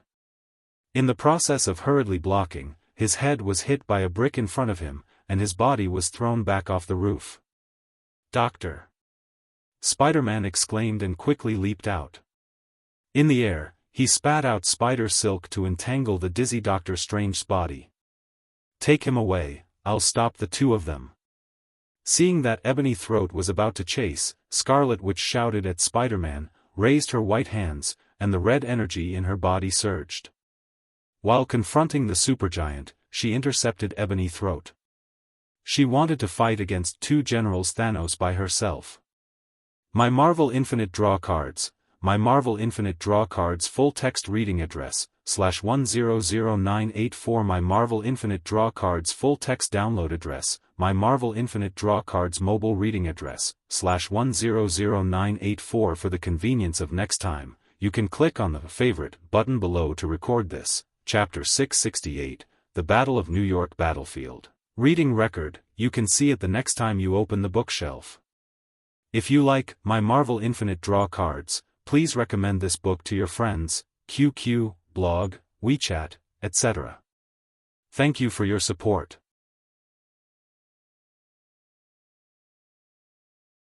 Chapter 667. Wakanda, Africa. This country, which was located in the primeval mountains and forests, was sitting on a rare gold ore resource, and was a century ahead of Earth in terms of technology and civilization, suffered a fierce attack from alien forces today. First of all, it happened without warning. A huge interstellar spaceship was like a meteorite, originally heading straight for Wakanda's city, but it ended up crashing into the energy shield that surrounded Wakanda.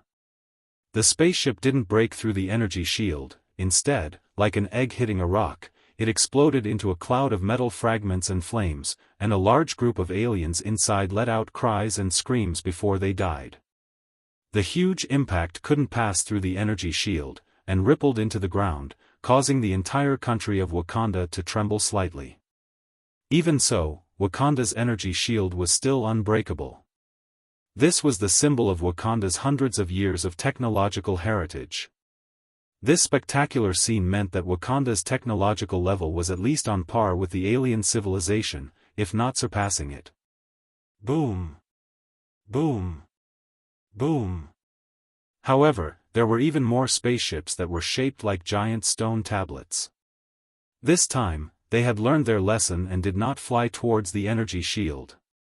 Instead, they landed at the edge of the country's protection zone, crushing the mountains and forests into a mess, causing a wave of dust to rise. Before the cloud of dust settled, 3 to 4 giant spaceships opened their rear cabins, and all kinds of alien creatures and beasts poured out, densely packed like a tide of ants and rats, forming a terrifying tide. They recklessly crashed into the energy shield, and immediately melted into a pile of charred corpses. This is crazy.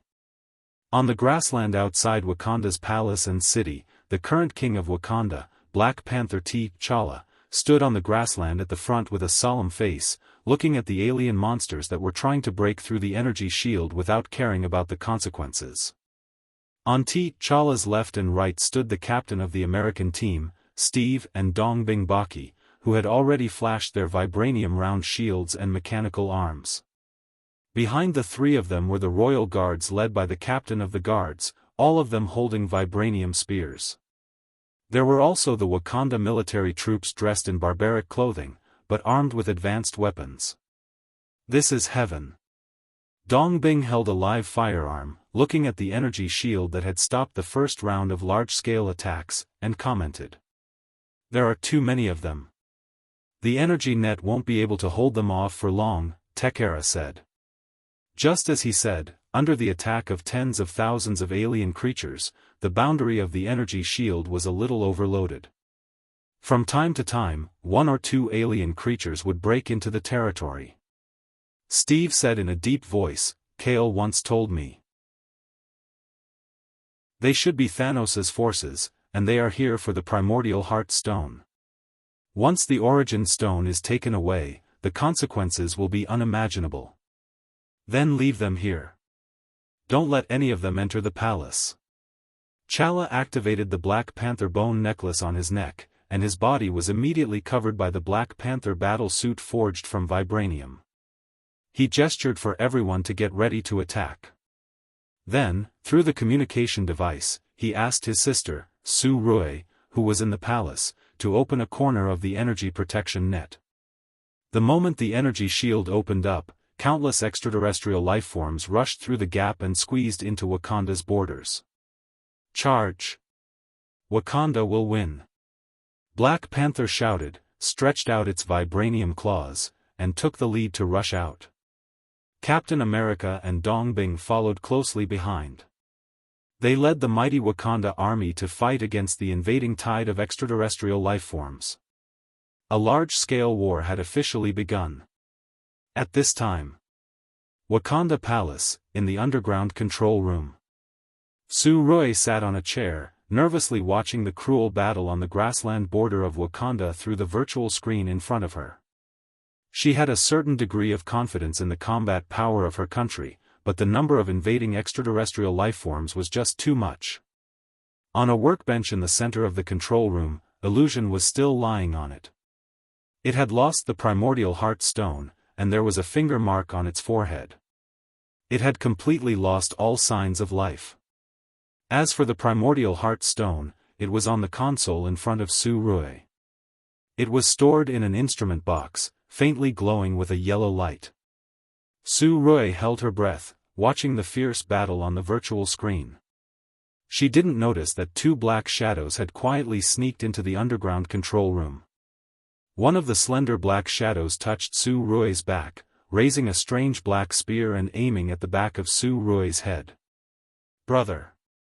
Su Rui had been staring at the virtual screen, watching the sea of extraterrestrial lifeforms attacking her own forces. She couldn't help but swallow her saliva. She was about to reach for the metal cup on the table, but in the corner of her eyes, she saw the black shadow and spear behind her. "Who is it?" Su Rui exclaimed. She picked up the primordial heart stone instrument and threw herself out of the chair.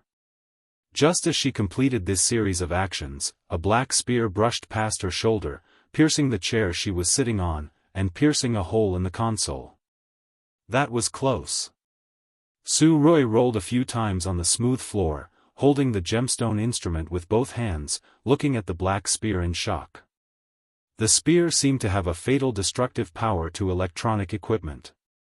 The entire console was flashing with electric light, and it was immediately in a state of scrap. Now, the energy protection network outside protecting Wakanda might have already collapsed. Even this made you realize, little sister. A hand pulled out the spear inserted into the console. The owner of the sneak attack was Proxima Dark Knight, an extraterrestrial woman in a tight black uniform. "Come, give me the thing in your hand, and I may let you go." Proxima Dark Knight licked her lips, holding the spear, and walked towards Su Rui. Su Rui looked down at the gemstone instrument in her hand.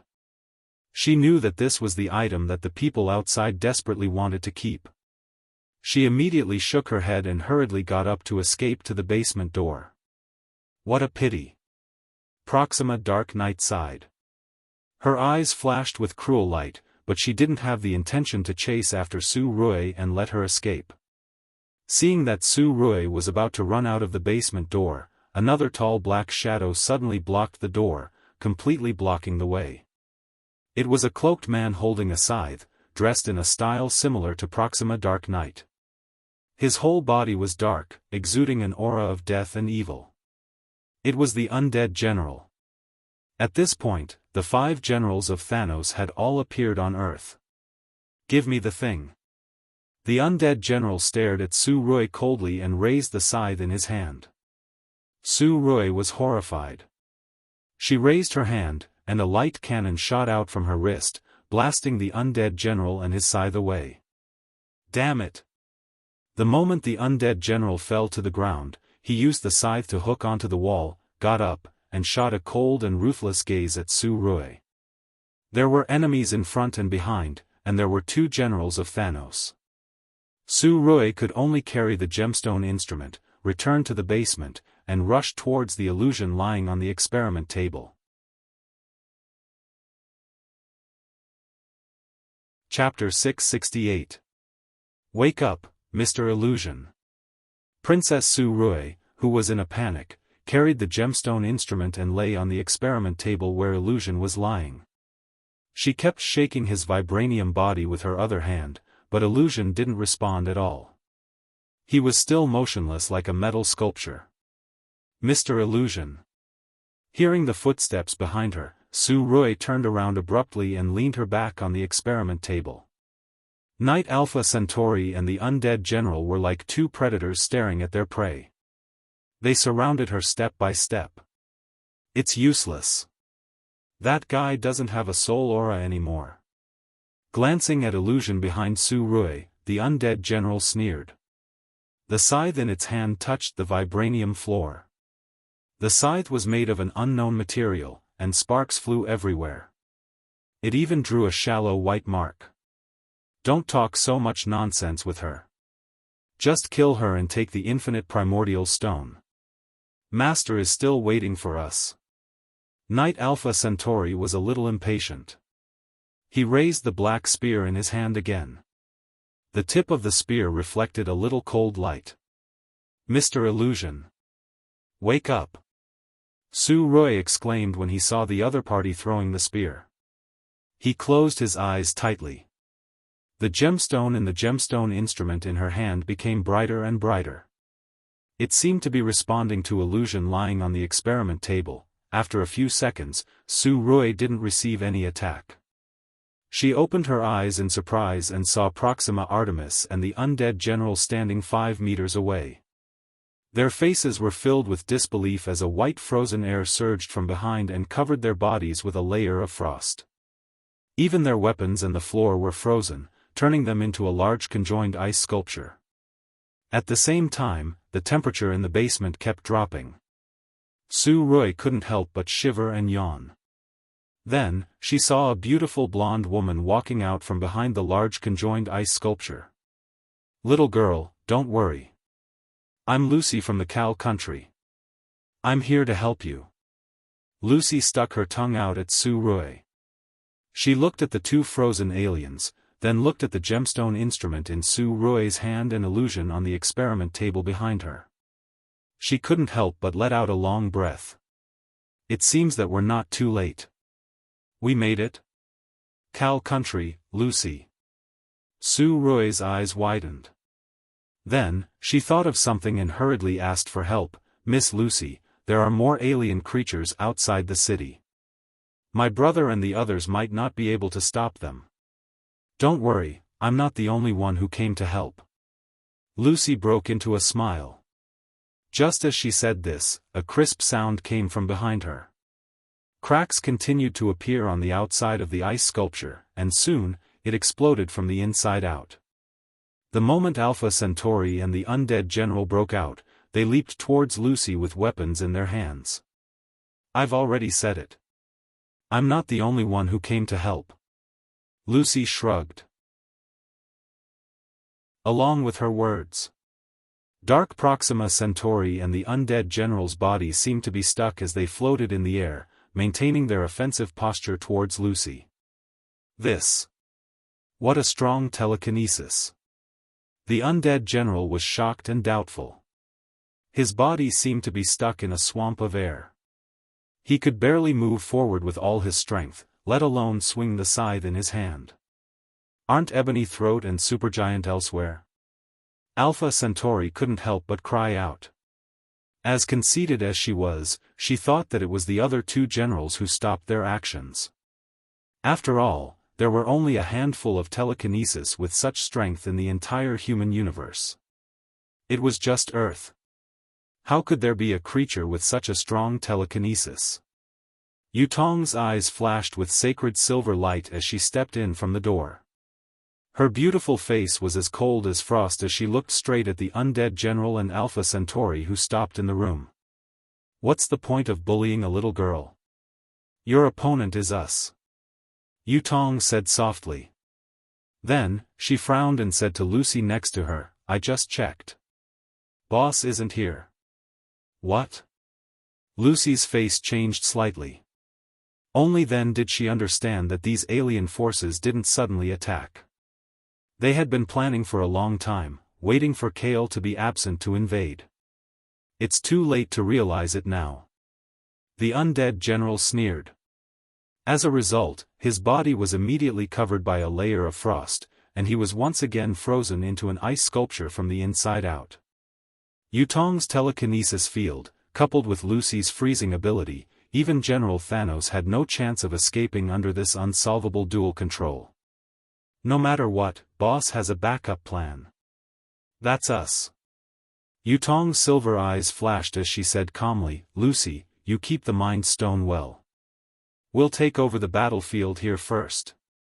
As long as they can't get the Mind Stone, they can't do anything to Boss. Okay. Lucy took the gemstone device from Su Rui's hand. She was indeed the best person to keep the Mind Stone. Even if there were any accidents later, she could use the Mind Stone to freeze herself together with the Mind Stone. Next, we'll have to wait for other reinforcements. Yutong looked up. Her gaze seemed to penetrate the walls of the basement and landed on the large battlefield outside Wakanda City. On the grassland at the edge of the Wakanda Kingdom. Black Panther, Captain America, and Dong Bing led the Wakanda Royal Guards and army to fight against the alien lifeforms released by Thanos' battleships. Now, the grassland was covered in blood and corpses were piled up like mountains. However, the alien lifeforms were still coming in waves. With the energy shield removed, the Wakanda side was gradually unable to hold on. Just then, a sharp neigh of a horse was heard. Most of the alien lifeforms looked up at the sky in horror. There was a black flame horse that was galloping in the air. Its rider was a green flame giant, who was holding a badly damaged axe. Black Flame Horse, Hellfire, and Ares' Divine Axe. When the three of them combined, they were like the most ferocious war machine in the universe. A berserk baleful aura enveloped the entire battlefield. Ha ha ha, tremble, bastards. Dong Bing couldn't help but laugh. Those who had participated in the superpower competition knew very well how strong Hellfire was. In terms of destructive power, it was definitely in the top 3 on Earth. And Hellfire was not the only reinforcements. Under the lead of the red-uniformed Deadpool, dozens of black-clothed carts appeared from the Wakanda town and entered the large battlefield on the grassland one after another. Among them, 7 carts were covered in a translucent evil spirit mist. They simply combined with the evil spirits and turned into a foggy monster that was as strong as a bull. Compared to these evil spirit monsters, the alien lifeforms paled in comparison. As if they had met their natural enemy, they were constantly being devoured and killed. The situation of the large battlefield was instantly reversed. This is... Black Panther looked up blankly. These reinforcements were extremely powerful. One of them was comparable to an army. It's the reinforcements from the Cal country. They're finally here. Captain America smiled as if a heavy burden had been lifted off his shoulders.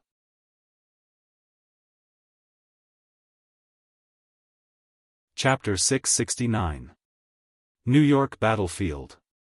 The sudden alien attack and superpower fight caused the people in the Central Street area to evacuate one after another. In New York, which was plagued with disasters, their escape skills became more and more skillful. The wall at the bottom of a building broke open, and a golden red painted Iron Man was thrown out of it. Iron Man smashed into the iron pole of a street lamp on the side of the road, and the iron pole bent and caved in. Then he fell on the ground a few times, and in the middle of the road, he briefly started the engine to cushion the powerful impact, and his back was pressed against the wall of the opposite building. "Sir, are you okay?" The new artificial intelligence that replaced Jarvis, Friday, asked. "Look at me, do I look okay?" Holding the wall, the battered Iron Man stood up again, and his metal eye sockets glowed with white light as he looked at the tall building that he threw out. Under the shadow and dust of the inner first floor, a huge alien monster with a giant axe in his hand revealed a terrifying smile at him.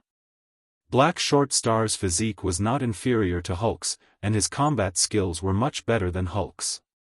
He did not use his instincts to fight, and was very difficult to deal with. Fortunately, because of Godfather's reminder, I still have a backup plan to deal with the current situation. Iron Man exhaled lightly, and did not seem to panic at all. He calmly ordered, "Friday, put down Mach 66 for me." "How many?" Friday quickly asked. All of them."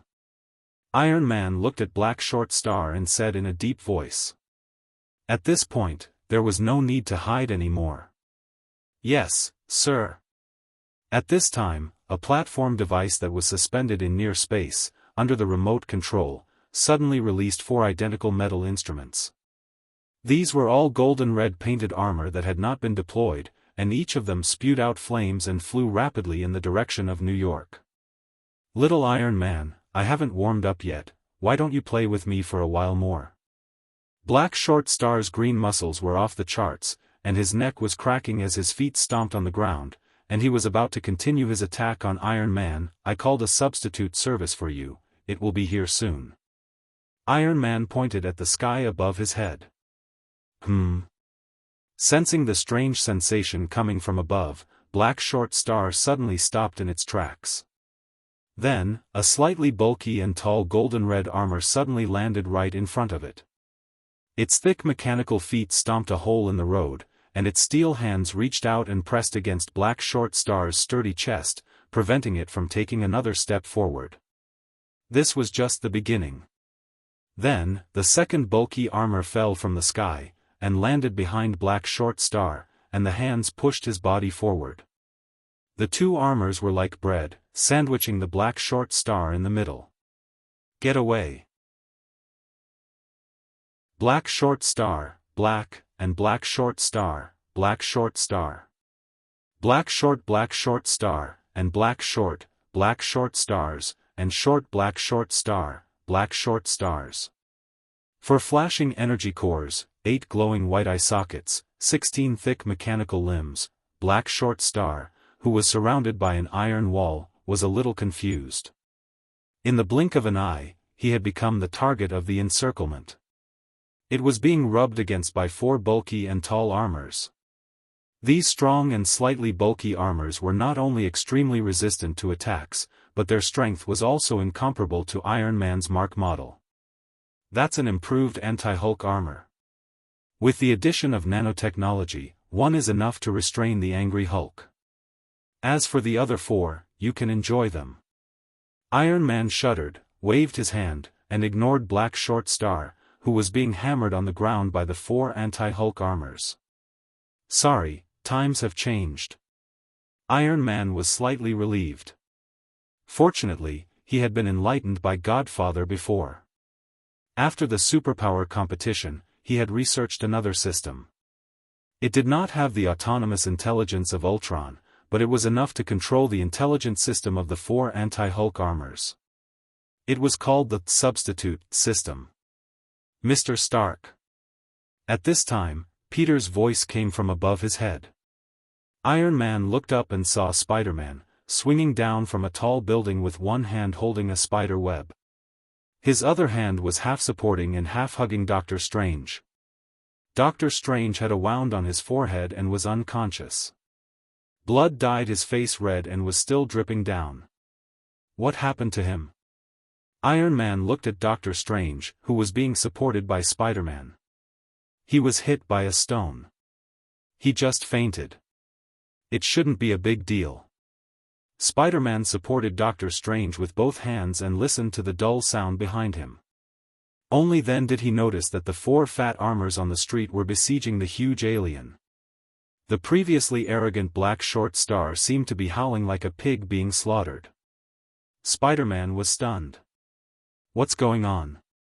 "It asked for it. I can't do anything about it."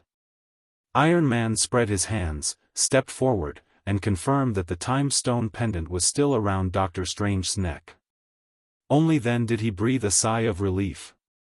"It's okay. Wait." He seemed to think of something.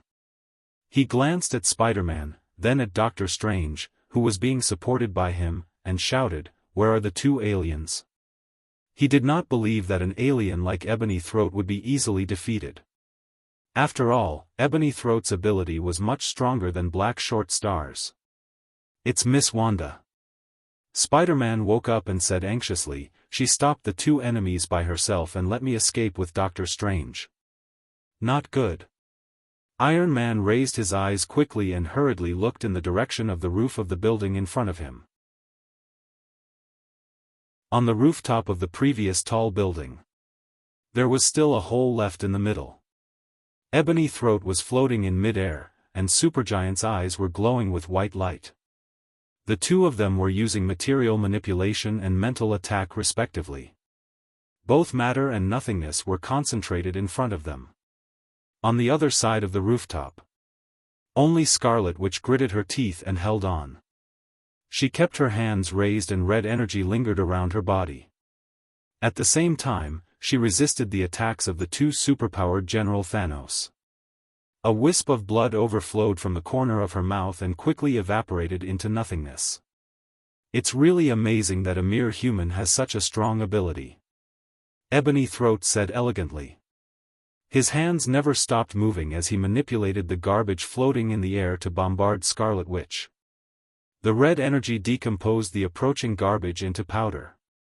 Scarlet Witch looked coldly at Ebony Throat and gritted her teeth. "It's you who took my little sister away.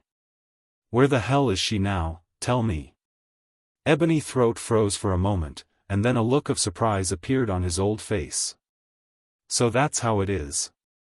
That person called Lorna is actually your sister." He was really shocked this time. Lorna, a superhuman with invincible abilities. She was from the same family as the superpowered woman who blocked him and Superstar at the same time? What kind of superhuman family is this? Chapter 670. Tell me, what the hell did you do to Lorna? The emotional Scarlet Witch stimulated the red energy in her hand, suppressing Ebony Throat and Supergiant who joined forces. Ebony Throat smiled mysteriously and said calmly, "No matter who Lorna is, she is already dead. Just a year ago, because she refused to be loyal to the Lord, her head was cut off on the spot." "This is impossible." Scarlet Witch let out a low roar. Her state of mind was in great turmoil at this time, and the red energy surrounding her body was no longer stable. "Now is the time."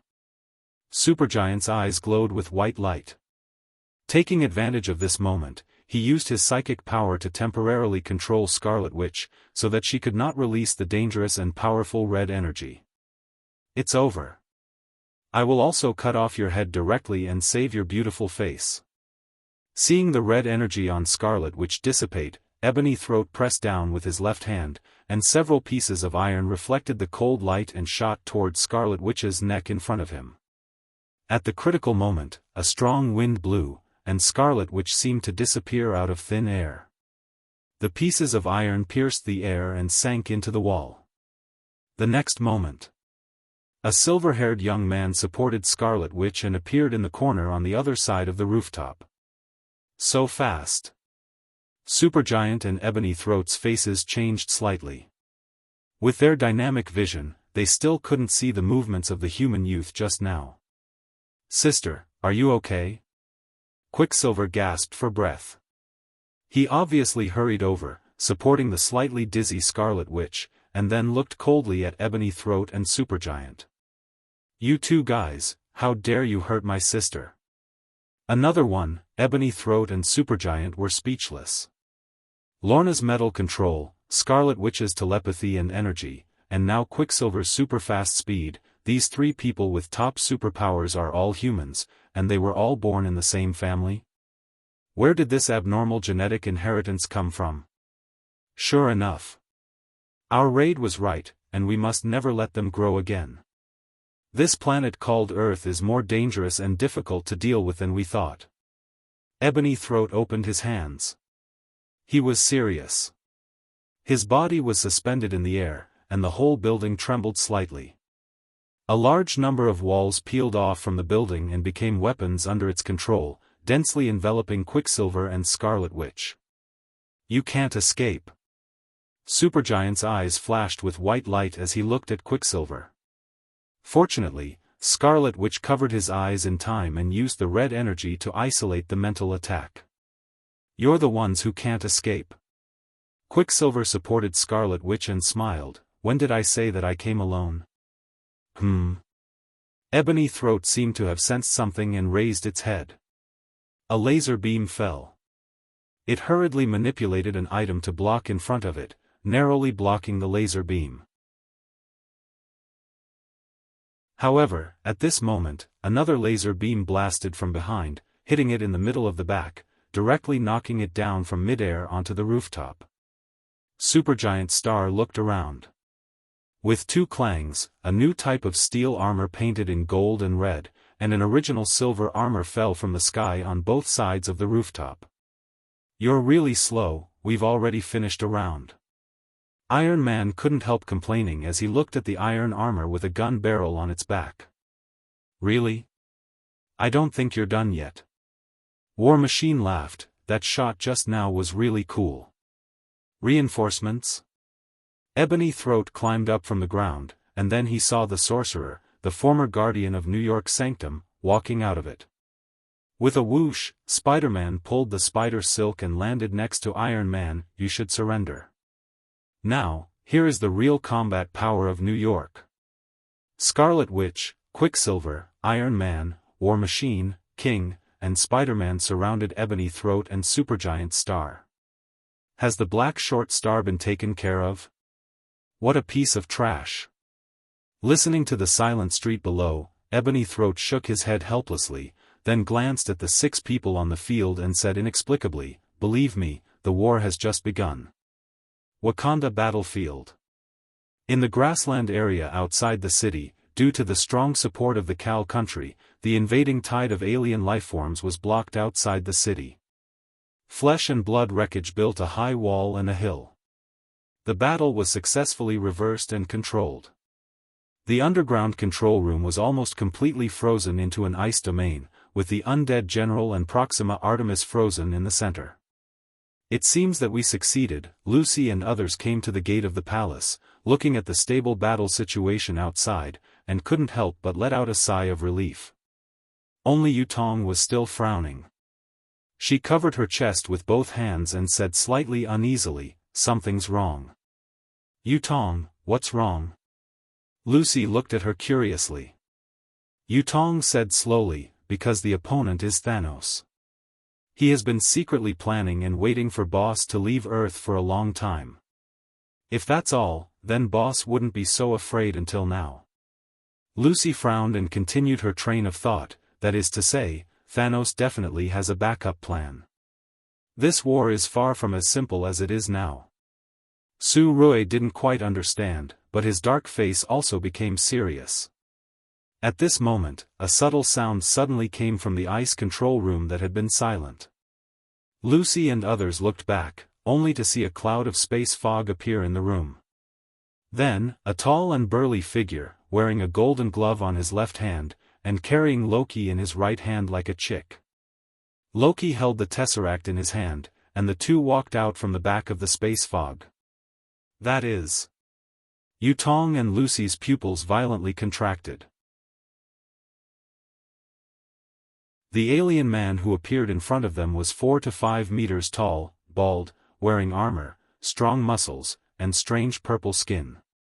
It was exactly the same as Kale's description. It was Thanos. Thanos came in person. He didn't have any backup plan, and the backup plan was himself. Yutong's eyes quickly fell on Thanos's left hand. On the infinity glove, there were already two bright lights, red and orange. That represented the reality raw stone and the spirit raw stone. Thanos Overlord had successfully obtained two raw stones. What a mess. Thanos looked at the frozen undead general and Knight Alpha Centauri. He gently clenched his fist wearing the infinity glove, and the frost was dissolved by the flashing light of the reality stone. Soon, the undead general and Knight Alpha Centauri broke free. After seeing Thanos, they immediately knelt down respectfully. "Master. Watch him for me first." Thanos threw Loki in front of the undead general and took the tesseract from his hand. Then, he looked up at Lucy and others outside the door. His eyes focused on the gem instrument in Lucy's hand that contained the spirit stone. "Now, there are 4. Lucy." Yutong transmitted to Lucy next to her, "I will stop him, you take the spirit stone and leave here. If more than 3 stones fall into his hands, we won't have any chance to turn the tables."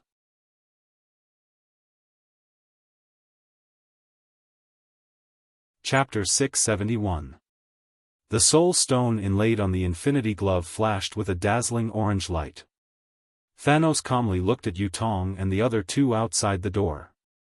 He seemed to be able to hear Yutong's thoughts. His eyes narrowed dangerously. "Want to run? Stay here." He gently clenched his left hand that was wearing the infinity glove. The reality stone inlaid on it suddenly flashed with a red light. The terrain from the basement to the door began to change rapidly. The walls around the underground control room disappeared. Instead, high walls were built behind Yutong and the other 2, blocking their way. Seeing this scene, Lucy took a deep breath. She put the gemstone into her pocket. White cold air surged around her body. She said to Yutong, "Yutong, don't use telepathy. He has the soul stone and can directly steal the thoughts of our souls." "How do you know if you don't try?" Yutong's eyes flashed with a cold white light. Her hands suddenly pressed forward, and the psychic field was suddenly launched.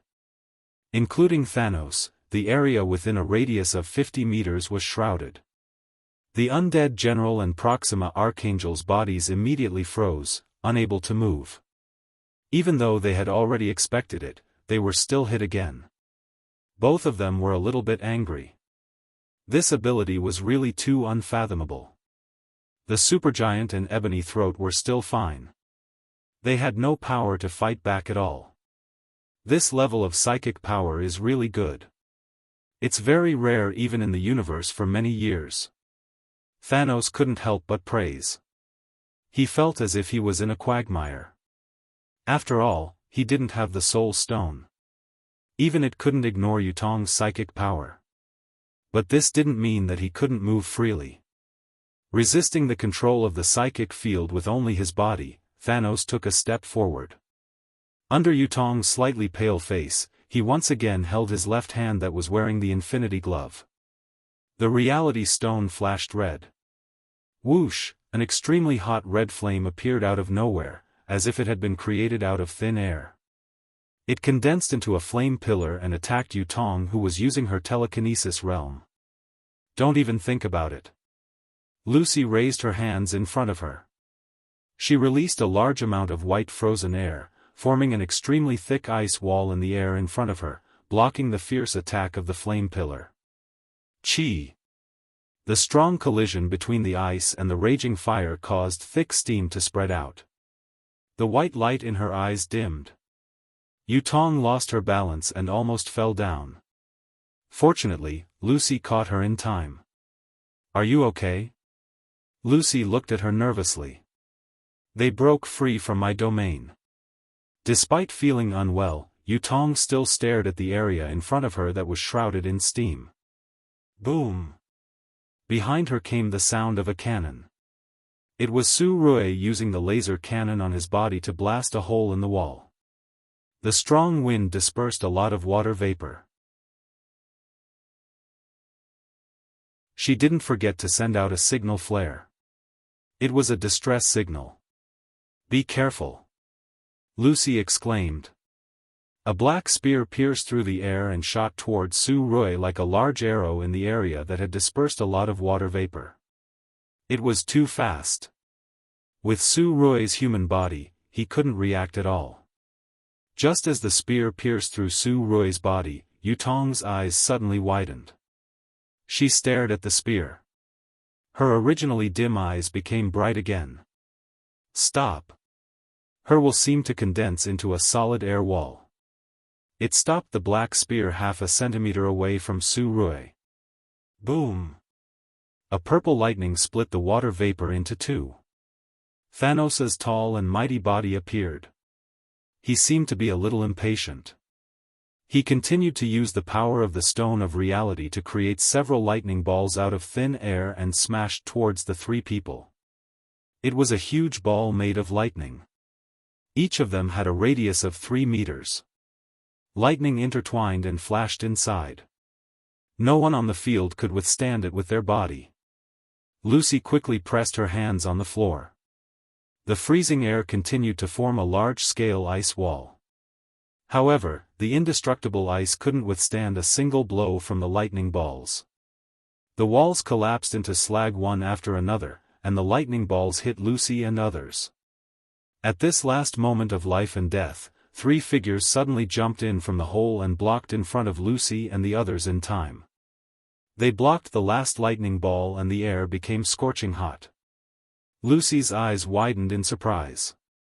It was Captain America with a round shield, Black Panther in a vibrantly golden battle suit, and Deadpool in an ordinary red uniform, using the vibrantly golden round shield and Black Panther battle suit to block some of the lightning damage. Captain America and Black Panther were fine. Only Deadpool, who used his body to withstand the lightning balls, was instantly charred into a pile of rotten meat. He slowly fell back and Su Rui screamed behind him. "Don't worry, he's fine." After seeing the various ways of Deadpool's death, Captain America was already used to it. He glanced at Lucy and others solemnly, then looked at the 3 Thanos in front of him and asked, "What the hell is going on here? Who are they?" Lucy quickly said, "It's Thanos, the one with the gloves is Thanos. They are here to grab the infinite primordial stone." Thanos? Captain America was shocked, and he and Black Panther were ready to meet the enemy, but the wall behind them suddenly broke. Under the sharp sound of the horse's hooves, the black flame horse stepped on the void, like a black thunder, and swooped straight toward Thanos. "Give me the weapon." At this moment, even Thanos was serious. He grabbed the scythe of the undead general with his right hand. As soon as he raised it, a broken edgeless axe cut through the air with great force and slashed down on the scythe from top to bottom. Buzz, the powerful force forced Thanos' right hand to press down slightly. He looked up coldly and saw Hellfire riding on the black flame horse. Good power. Thanos smiled coldly, clenched his left hand into a fist, and like a cannon, it landed on the belly of the black flame horse and blasted it back. The green flames on its body burned fiercely, but Hellfire did not move. It used its huge body as pressure, holding the broken axe with both hands, and pressed down on the scythe against Thanos, causing the blade of the scythe to sink into Thanos' shoulder. The pain made Thanos' face twitch slightly, but it also made him more excited and calm. He pushed the axe to the side with the scythe, grabbed forward with his left hand wearing the infinite glove, and clasped the neck of Hellfire tightly, and then raised the scythe with his right hand again. "Let go."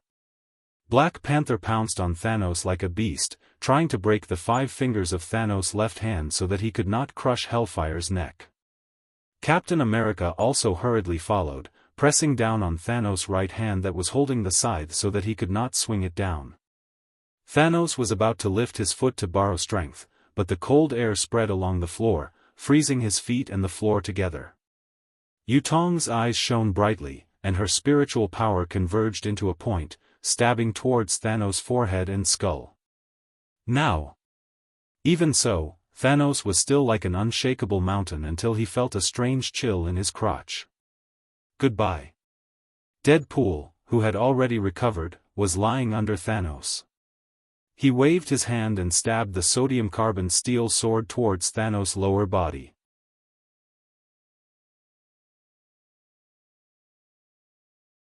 Chapter 672. Time seemed to stop at this moment.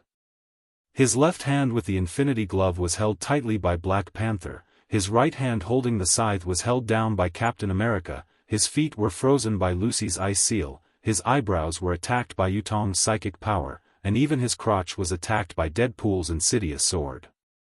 The green flame on Hellfire's body was still spreading to his body.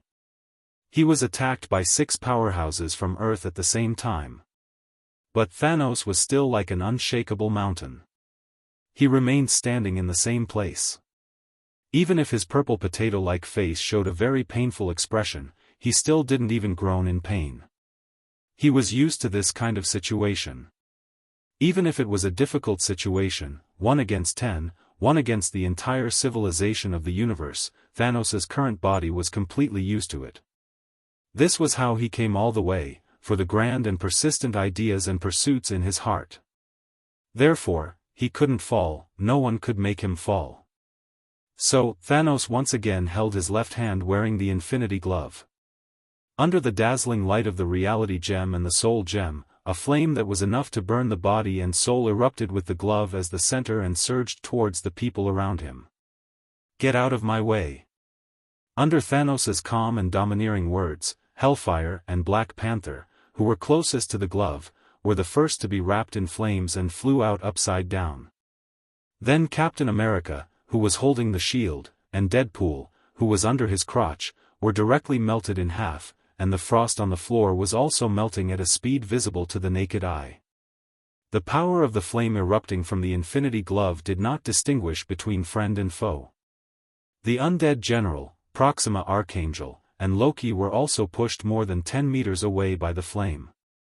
In just a short moment, the situation was completely reversed, leaving only Thanos standing in place, and the rest of the people were basically injured and fell to the ground groaning. "It's over." Locking his eyes on Lucy not far away, Thanos' left hand grabbed forward, and before she froze herself with the gem, a whirlwind tore Lucy's pocket and blew the gem instrument inside to him. "Stop him!" Lucy quickly shouted. Captain America, whose hand was burned, was lying on the ground. He endured the pain and threw the vibrating gold-round shield in his hand, which hit the gemstone instrument in the air. The gemstone instrument that was smashed by the shield shattered, and the inner yellow heart stone fell out. A black shadow flashed forward like a bolt of lightning. It was the Black Panther. Due to the combat suit made of vibranium and the protection of Wakanda's spirit, he was the one with the lightest injuries among them. Catching the primordial heart stone in the air, the Black Panther quickly fled. "Are you sure you want to run?" Thanos' left hand clenched lightly. Under the power of the Infinity Glove, Su-Rui, who had extremely low combat power, flew towards him. Thanos' right hand grabbed Su-Rui's thin neck. The Black Panther, who was running away, was stunned and stopped in its tracks. "Give me the Mind Stone. Otherwise, I'll kill everyone here." Thanos lifted Su-Rui with one hand and said in a deep voice. Thanos had no murderous aura, but everyone knew that he was a man of his word. For the clues of the primordial heart stone, he had slaughtered several civilized planets. "Brother, take the primordial heart stone and run, no need." Su-Rui struggled to speak, but Thanos' left hand tightened. She gradually lost her breath and her limbs became weaker and weaker. "Stop!" the Black Panther shouted. He looked down at the primordial heart stone in his hand, looked at Su-Rui in Thanos' hand, and his wounded friends lying on the ground, and sighed helplessly. "I'll give you the primordial heart stone, and you let everyone here go." The other party could trample on emotions regardless of the consequences in order to achieve his goal, but they could not. Although they were superheroes, they could not abandon their emotions. "No problem." Thanos nodded. His goal from the beginning was only the Infinity Primordial Heart Stone. The Black Panther clenched his fist and threw the Primordial Heart Stone at Thanos under everyone's unwilling eyes. Thanos caught the primordial heart stone with his right hand and directly embedded it in the center of the Infinity Glove. A strange flow of energy flowed from the Infinity Glove and sizzled through his body. It put a huge burden on his body, but also made him stronger. 3, no, it should be 4. Thanos could not help but smile. With 4 infinity primordial heart stones, no one could stop him. He took out the tesseract with his right hand and clenched his fingers. However, before he could exert any force, the cracked tesseract suddenly shattered into a pile of powder. Thanos was stunned. He frowned deeply and continued to clench his right hand, crushing the tesseract completely. But what about the dimensional primordial heart stone? Where is the dimensional primordial heart stone? Thanos turned around suddenly and looked at Loki behind him. Why isn't the dimensional primordial heart stone in the tesseract? Loki was also a little confused. He stared blankly at the crushed tesseract. Under the gaze of Thanos, the undead general, and the others, he hurriedly shook his head. I didn't do it. How could I take away the primordial heart stone without destroying the tesseract? Thanos's face was solemn. He believed that Loki did not have that kind of ability. Even he could not do it now. Very few people knew. Kale's trump card from World War II had become the key to turning the situation around. Thanos's face was very ugly after making a fool of himself in front of Lucy and the others. However, he remained calm. He already had 3 primordial hearts. As long as he could get his hands on one more, Thanos clenched his left hand lightly. Under the power of the Infinity Glove, Lucy, Yutong, Black Panther, Captain America, Su-Rui, Hellfire, and the Black Flame Horse sank more than half of their bodies into the vibranium floor, drawing a circle on the floor. I'm going to New York now. You guys watch over them. Thanos ordered the undead general and the others. Without waiting for their response, he quickly walked towards the interstellar spaceship outside. He thought that he could directly move to New York after getting the primordial heart stone, but now he could only rush to the battlefield in New York through the spaceship. There was still 1 primordial heart stone on Earth. As long as he got it, the result would be the same. At this time, the Sacred Dominion was many light years away from Earth. A cloud of spatial fog opened in the air. Kale, holding the primordial heart stone, led Thor, Banner, and Valkyrie to the Rainbow Bridge in the Sacred Dominion. The gatekeeper is gone. The Valkyrie turned around and looked at the empty Rainbow Bridge as she spoke. It's so quiet. It's too quiet. Thor frowned and looked at the end of the Rainbow Bridge in the direction of the Sacred Dominion's Palace of Immortals. Compared to before, the Sacred Dominion was very quiet at this time. There was no sign of life. Thor had a very bad feeling. Thor. There's that person's aura in the Palace of Immortals. She should be waiting for you. Kale seemed to have sensed something and used the primordial heart stone again to open the spatial fog leading to the Palace of Immortals. Thor couldn't help but rush in.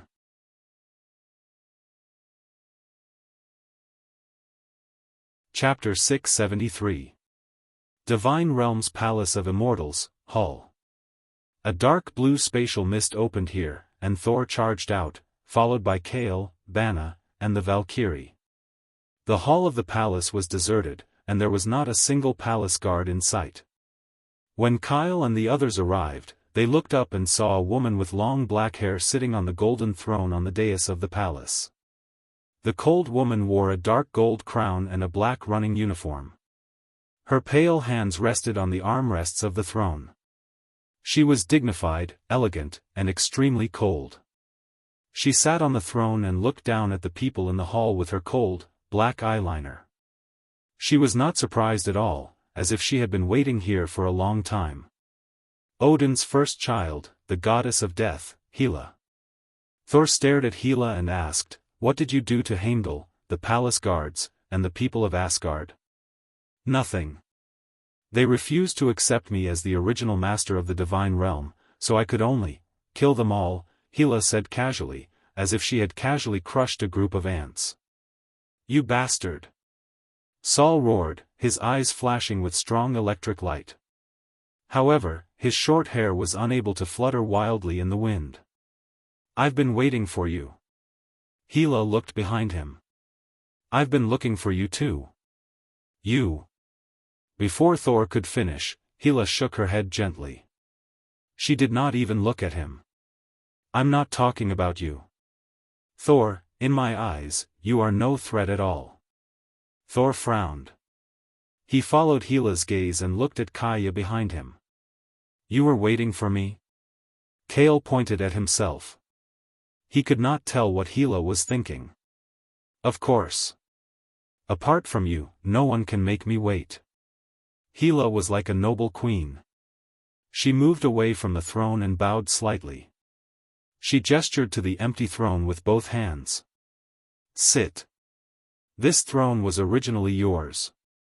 Thor, Bana, and the Valkyrie looked at Kale in confusion. Even Kale himself found it unbelievable. Was this Hela's scheme? He wanted to use this to create animosity between him and Thor? However, with Hela's abilities and strength, and the fact that she had returned to the divine realm, there was no need for her to do that. "You must have mistaken me for someone else," Kale replied calmly. "How is that possible? How could I be mistaken?" Hela was a little agitated, but she quickly regained her composure and said calmly, "The eternal fire is with you, right?" "Yes." Kale nodded, not denying Xiaofang's words. After all, this was something that practically everyone in God's domain knew. However, when he took away the eternal flame, Hela was no longer in the divine dominion. She was imprisoned in the world of death. He added, "This is a gift from Odin." "No." Hela shook her head and asked, "With how important the eternal fire is, do you think anyone can get it?" "The eternal fire is a key item that can determine the survival of God's domain." Thor was stunned. Indeed, he had not noticed it before. Now that he thought about it carefully, he realized that the fire of eternity was something that could cause the twilight of the gods. Sol was also puzzled as to why his father would let Kyle take the fire of eternity away from Odin's treasury when he first met him. The Valkyrie lowered her voice and said, "The eternal fire is the flame of life in God's domain. It has a lot to do with the undead army of the goddess of death." At this time, even Bana, who did not know the inside story, understood a little. To sum it up, the eternal fire was 10 times or 100 times more important than Heimdall's holy sword or even Thor's hammer. Odin would definitely not give it to an outsider so easily. Do you understand now? That's because the eternal fire was originally yours. You must be that person. Hela's tone was firm. How could she be wrong, no matter how long it had been? The eternal fire was originally mine? Kale was confused. Thor and the others also looked at him in shock. Seeing the shock and confusion on Kale's face, Hela looked straight at him, took a deep breath, and asked in disappointment, "You really don't recognize me?" This time, even the Valkyrie was stunned. She had never seen the goddess of death, who had slaughtered the entire martial god army, show such an expression that only a woman would have. Kale did not say anything. He looked at her calmly. After a while, Hela seemed to understand something and muttered, "So that's why what do you know?" Kyle's heart skipped a beat. He suddenly remembered the battle he had with Illusion in the superpower competition on Earth. In the virtual Odin's treasury, that strange built-in mural, Hela's strange behavior, and the eternal fire that Odin had given her, all of these seemed to be faintly connected. The real answer needs to be found out by yourself. If I say it out loud, then it will be meaningless. Hela sat down on the throne, gave up the other half of the seat, and said softly, "However, I still say the same thing. This throne was originally yours. You can sit on it at any time." Kale asked, "If that throne is mine, then can my words be used as an order?" "That's right." Hela nodded without hesitation. "You can do whatever you want." Your words are the law of divine dominion. Can I even let you die? Kale's words made Thor and the others' expressions change. Only Hela remained calm and replied calmly, yes. However, I don't want to die now. I have to wait until the people I'm waiting for arrive. Kale silently agreed. He knew that Hela was serious. If he forced it, the goddess of death would really die. However, in his heart, he did not want the woman before him to die just like that. Under the gaze of Thor and the others, Kale said calmly, "Then let everyone in divine dominion go and let us leave." Hela nodded without hesitation. No problem. They're locked behind the cliff outside the divine palace. You can take them away at any time. Them? Thor's eyes widened in surprise. Kale nodded lightly. Yes, I sensed it when I came to divine dominion.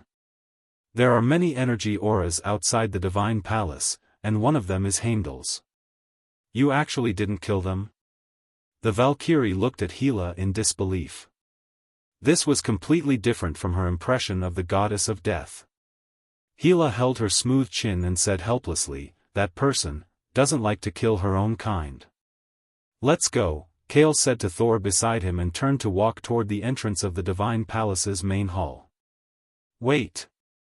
I haven't taken revenge for my hammer, and divine dominion was left by my father." Thor was still a little unconvinced. His eyes flashed as he stared straight at Hela. "You still don't understand?" Hela smiled. "Thor's hammer, divine dominion, was created by me. Otherwise, how could Thor's hammer be broken so easily, and why would divine dominion recognize me as its master?" "This." Thor choked. "Let's go, Thor." Kale patted his shoulder and looked at Hela. "I guess she's right. You can't win against her here unless you want to destroy the entire divine dominion." In the end, the battle ended before it even started. Kale led Thor and the others out of the divine palace's main hall, leaving Hela alone on the throne. Her beautiful eyes narrowed slightly, and as if she was really sleepy, her head tilted slightly, and her black hair fell like a waterfall. She started to doze off on the throne. She wanted to continue staying here until that person returned.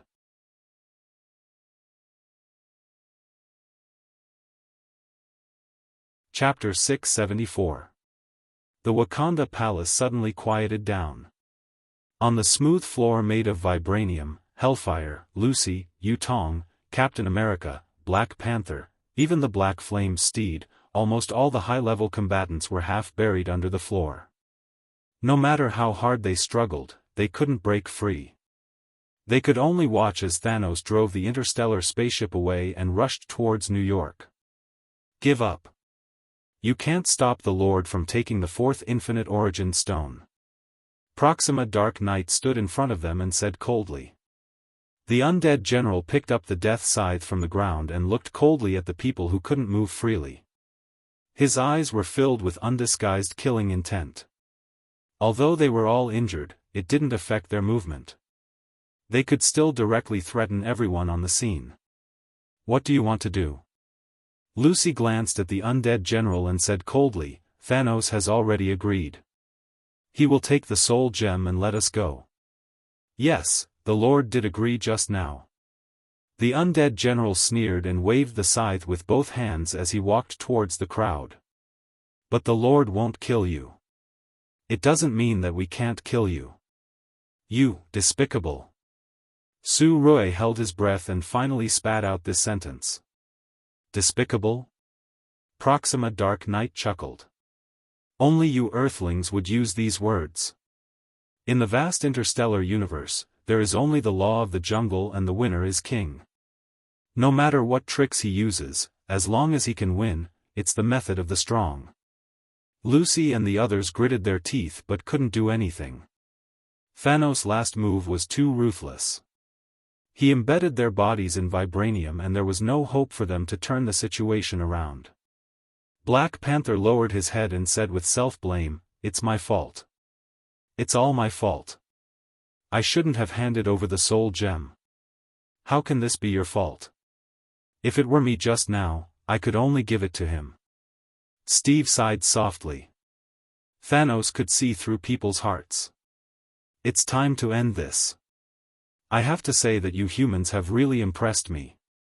A mere small civilization like yours has actually brought us so much trouble.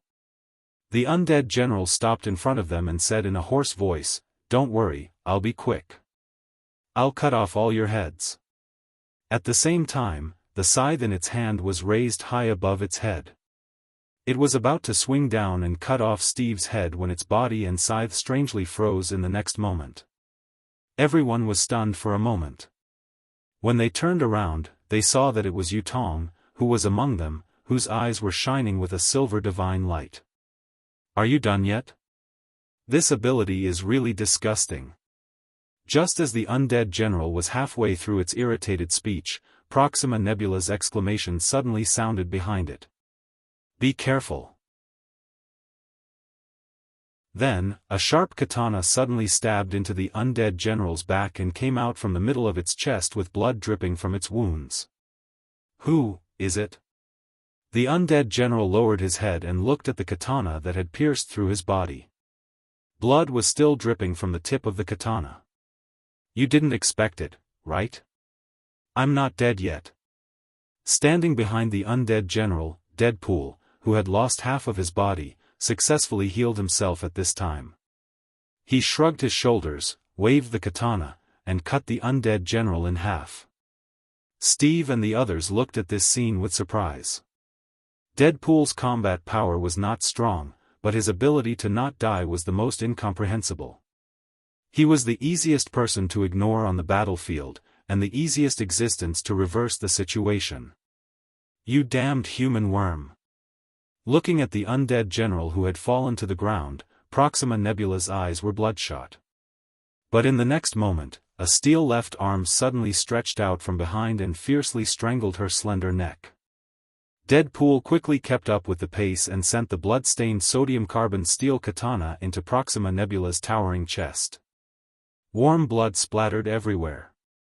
Proxima Nebula struggled violently, but the steel arm did not loosen until the strength in her body completely collapsed. The body slid down, revealing Winter Soldier Baki, who had arrived late. "Baki, I knew it. You're really something." Steve couldn't help but laugh. Baki hadn't arrived at the scene just now. Obviously, he was waiting for this moment to counterattack. After successfully killing the two aliens guarding here, the crisis was temporarily lifted, but Thanos still went to New York after all. The final crisis still existed. "How can I get you out?" Baki looked at the people trapped in the vibranium floorboards. Su Rui said calmly, "When the guards of our country come, they can use a specific instrument to break down the vibranium floorboards, but it will take a long time. What we lack most now is time." Steve sighed softly. He pondered for a moment. "Now, who is in New York?" Lucy quickly responded, "Tawny, Wanda, Quicksilver, and Dr. Strange. They should all be here. Can they guard the primordial stone of time by themselves?" Steve continued to speak and fell into a short contemplation. Everyone was silent. The answer was obvious. After all, even they, who were present, couldn't stop Thanos. And now, Thanos had another primordial stone of mind in his hands. His strength could no longer be judged by common sense. Steve certainly knew this. He said solemnly, "Someone must inform Dr. Strange and let them escape with the primordial stone of time. In short, we can't let the fourth primordial stone fall into Thanos' hands." "It's too late," Black Panther said helplessly. "Even if we go to New York through Wakanda's fastest transportation now, we can't make it in time." "That's not necessarily true." A cold voice sounded from the room. Lucy's eyes widened. She saw a translucent figure emerge from Yutong's body next to her. It was exposed to the air and glowed with a silver light. "Yutong, you are..." Lucy felt a huge surge of psychic power from the silver phantom, as well as a strong and exuberant life force. It was Yutong's soul. This is what the Ancient One reminded me. Since my ability exceeds the limits of my body, I might as well abandon my body. Yutong's soul smiled gently. After breaking free from the shackles of her body for decades, the true power of telekinesis in her body was revealed. The pressure of her aura had surpassed that of hellfire. She waved to everyone present. Everyone, we'll meet again if fate wills it. I'm going to stop Thanos. No. Sensing Yutong's farewell, Lucy called out. But Yutong's soul turned into a beam of light and escaped into space. In an instant, it passed through the wall and disappeared without a trace. Lucy's tears flowed uncontrollably from her eyes. She looked at Yutong's body next to her and muttered to herself, Yutong. You've taken on everything again. You must come back alive. The remaining white cold air exhaled from her mouth and froze Yutong's body bit by bit.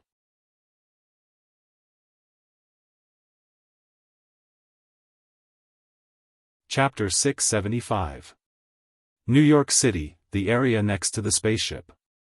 It's finally over. After adding the support of Quicksilver, War Machine, Wong, and others, a group of people led by Iron Man finally killed Ebony Throat, Supergiant, and Black Dwarf who attacked New York. The 3 generals of Thanos were killed on the spot. These 3 generals have accompanied Thanos for many years, and each of them is naturally very powerful. In a one-on-one fight, there are few people on Earth who can win against them. Unfortunately, the Avengers, New York Sanctum, Cal Country, and other forces in New York are not to be trifled with. Scarlet Witch, who fought from the beginning to the end, was exhausted. She sat down on the lawn next to the road and asked, "The crisis in New York is over. Should we go to Wakanda? It stands to reason that Wakanda's combat power is much higher than ours. They should be able to win the final victory." Tawny's Iron Man armor was scarred. He took off his helmet, revealing his weary face.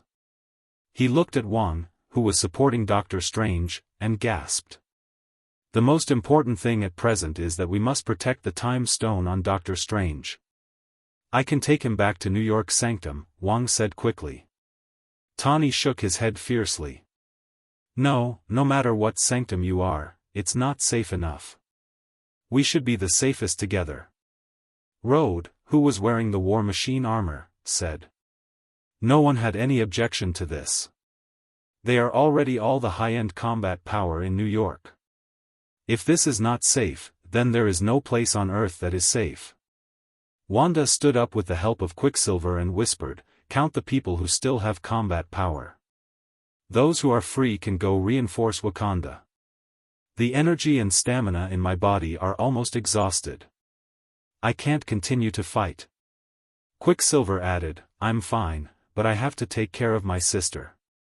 "I'm fine, and I have enough ammunition." Rhodes' dark face revealed a row of white teeth. "I can do it. I'll let Friday fight for me." Tawny spread his hands. Spider-Man scratched his head and said, "Me too, but I don't want to be too far away from New York. My Aunt May is still here." Tawny patted his shoulder heavily and comforted him, "Don't worry, I'll get Happy to take care of your Aunt May." The others all looked at King, as well as the unconscious Doctor Strange. The 2 of them must be thinking of defending the New York Holy Temple to the death. That's good. Rhodes, Peter, and I will rush to Wakanda for support. You guys stay here and guard New York and the gemstones. Tawny immediately made a decision. As for the transportation. Before he could finish his sentence, a fighter jet descended from the sky, decelerating as it landed on the lawn, stirring up a lot of trash and dust. The rear cabin of the fighter opened, and Eddie, dressed in a black suit, walked down.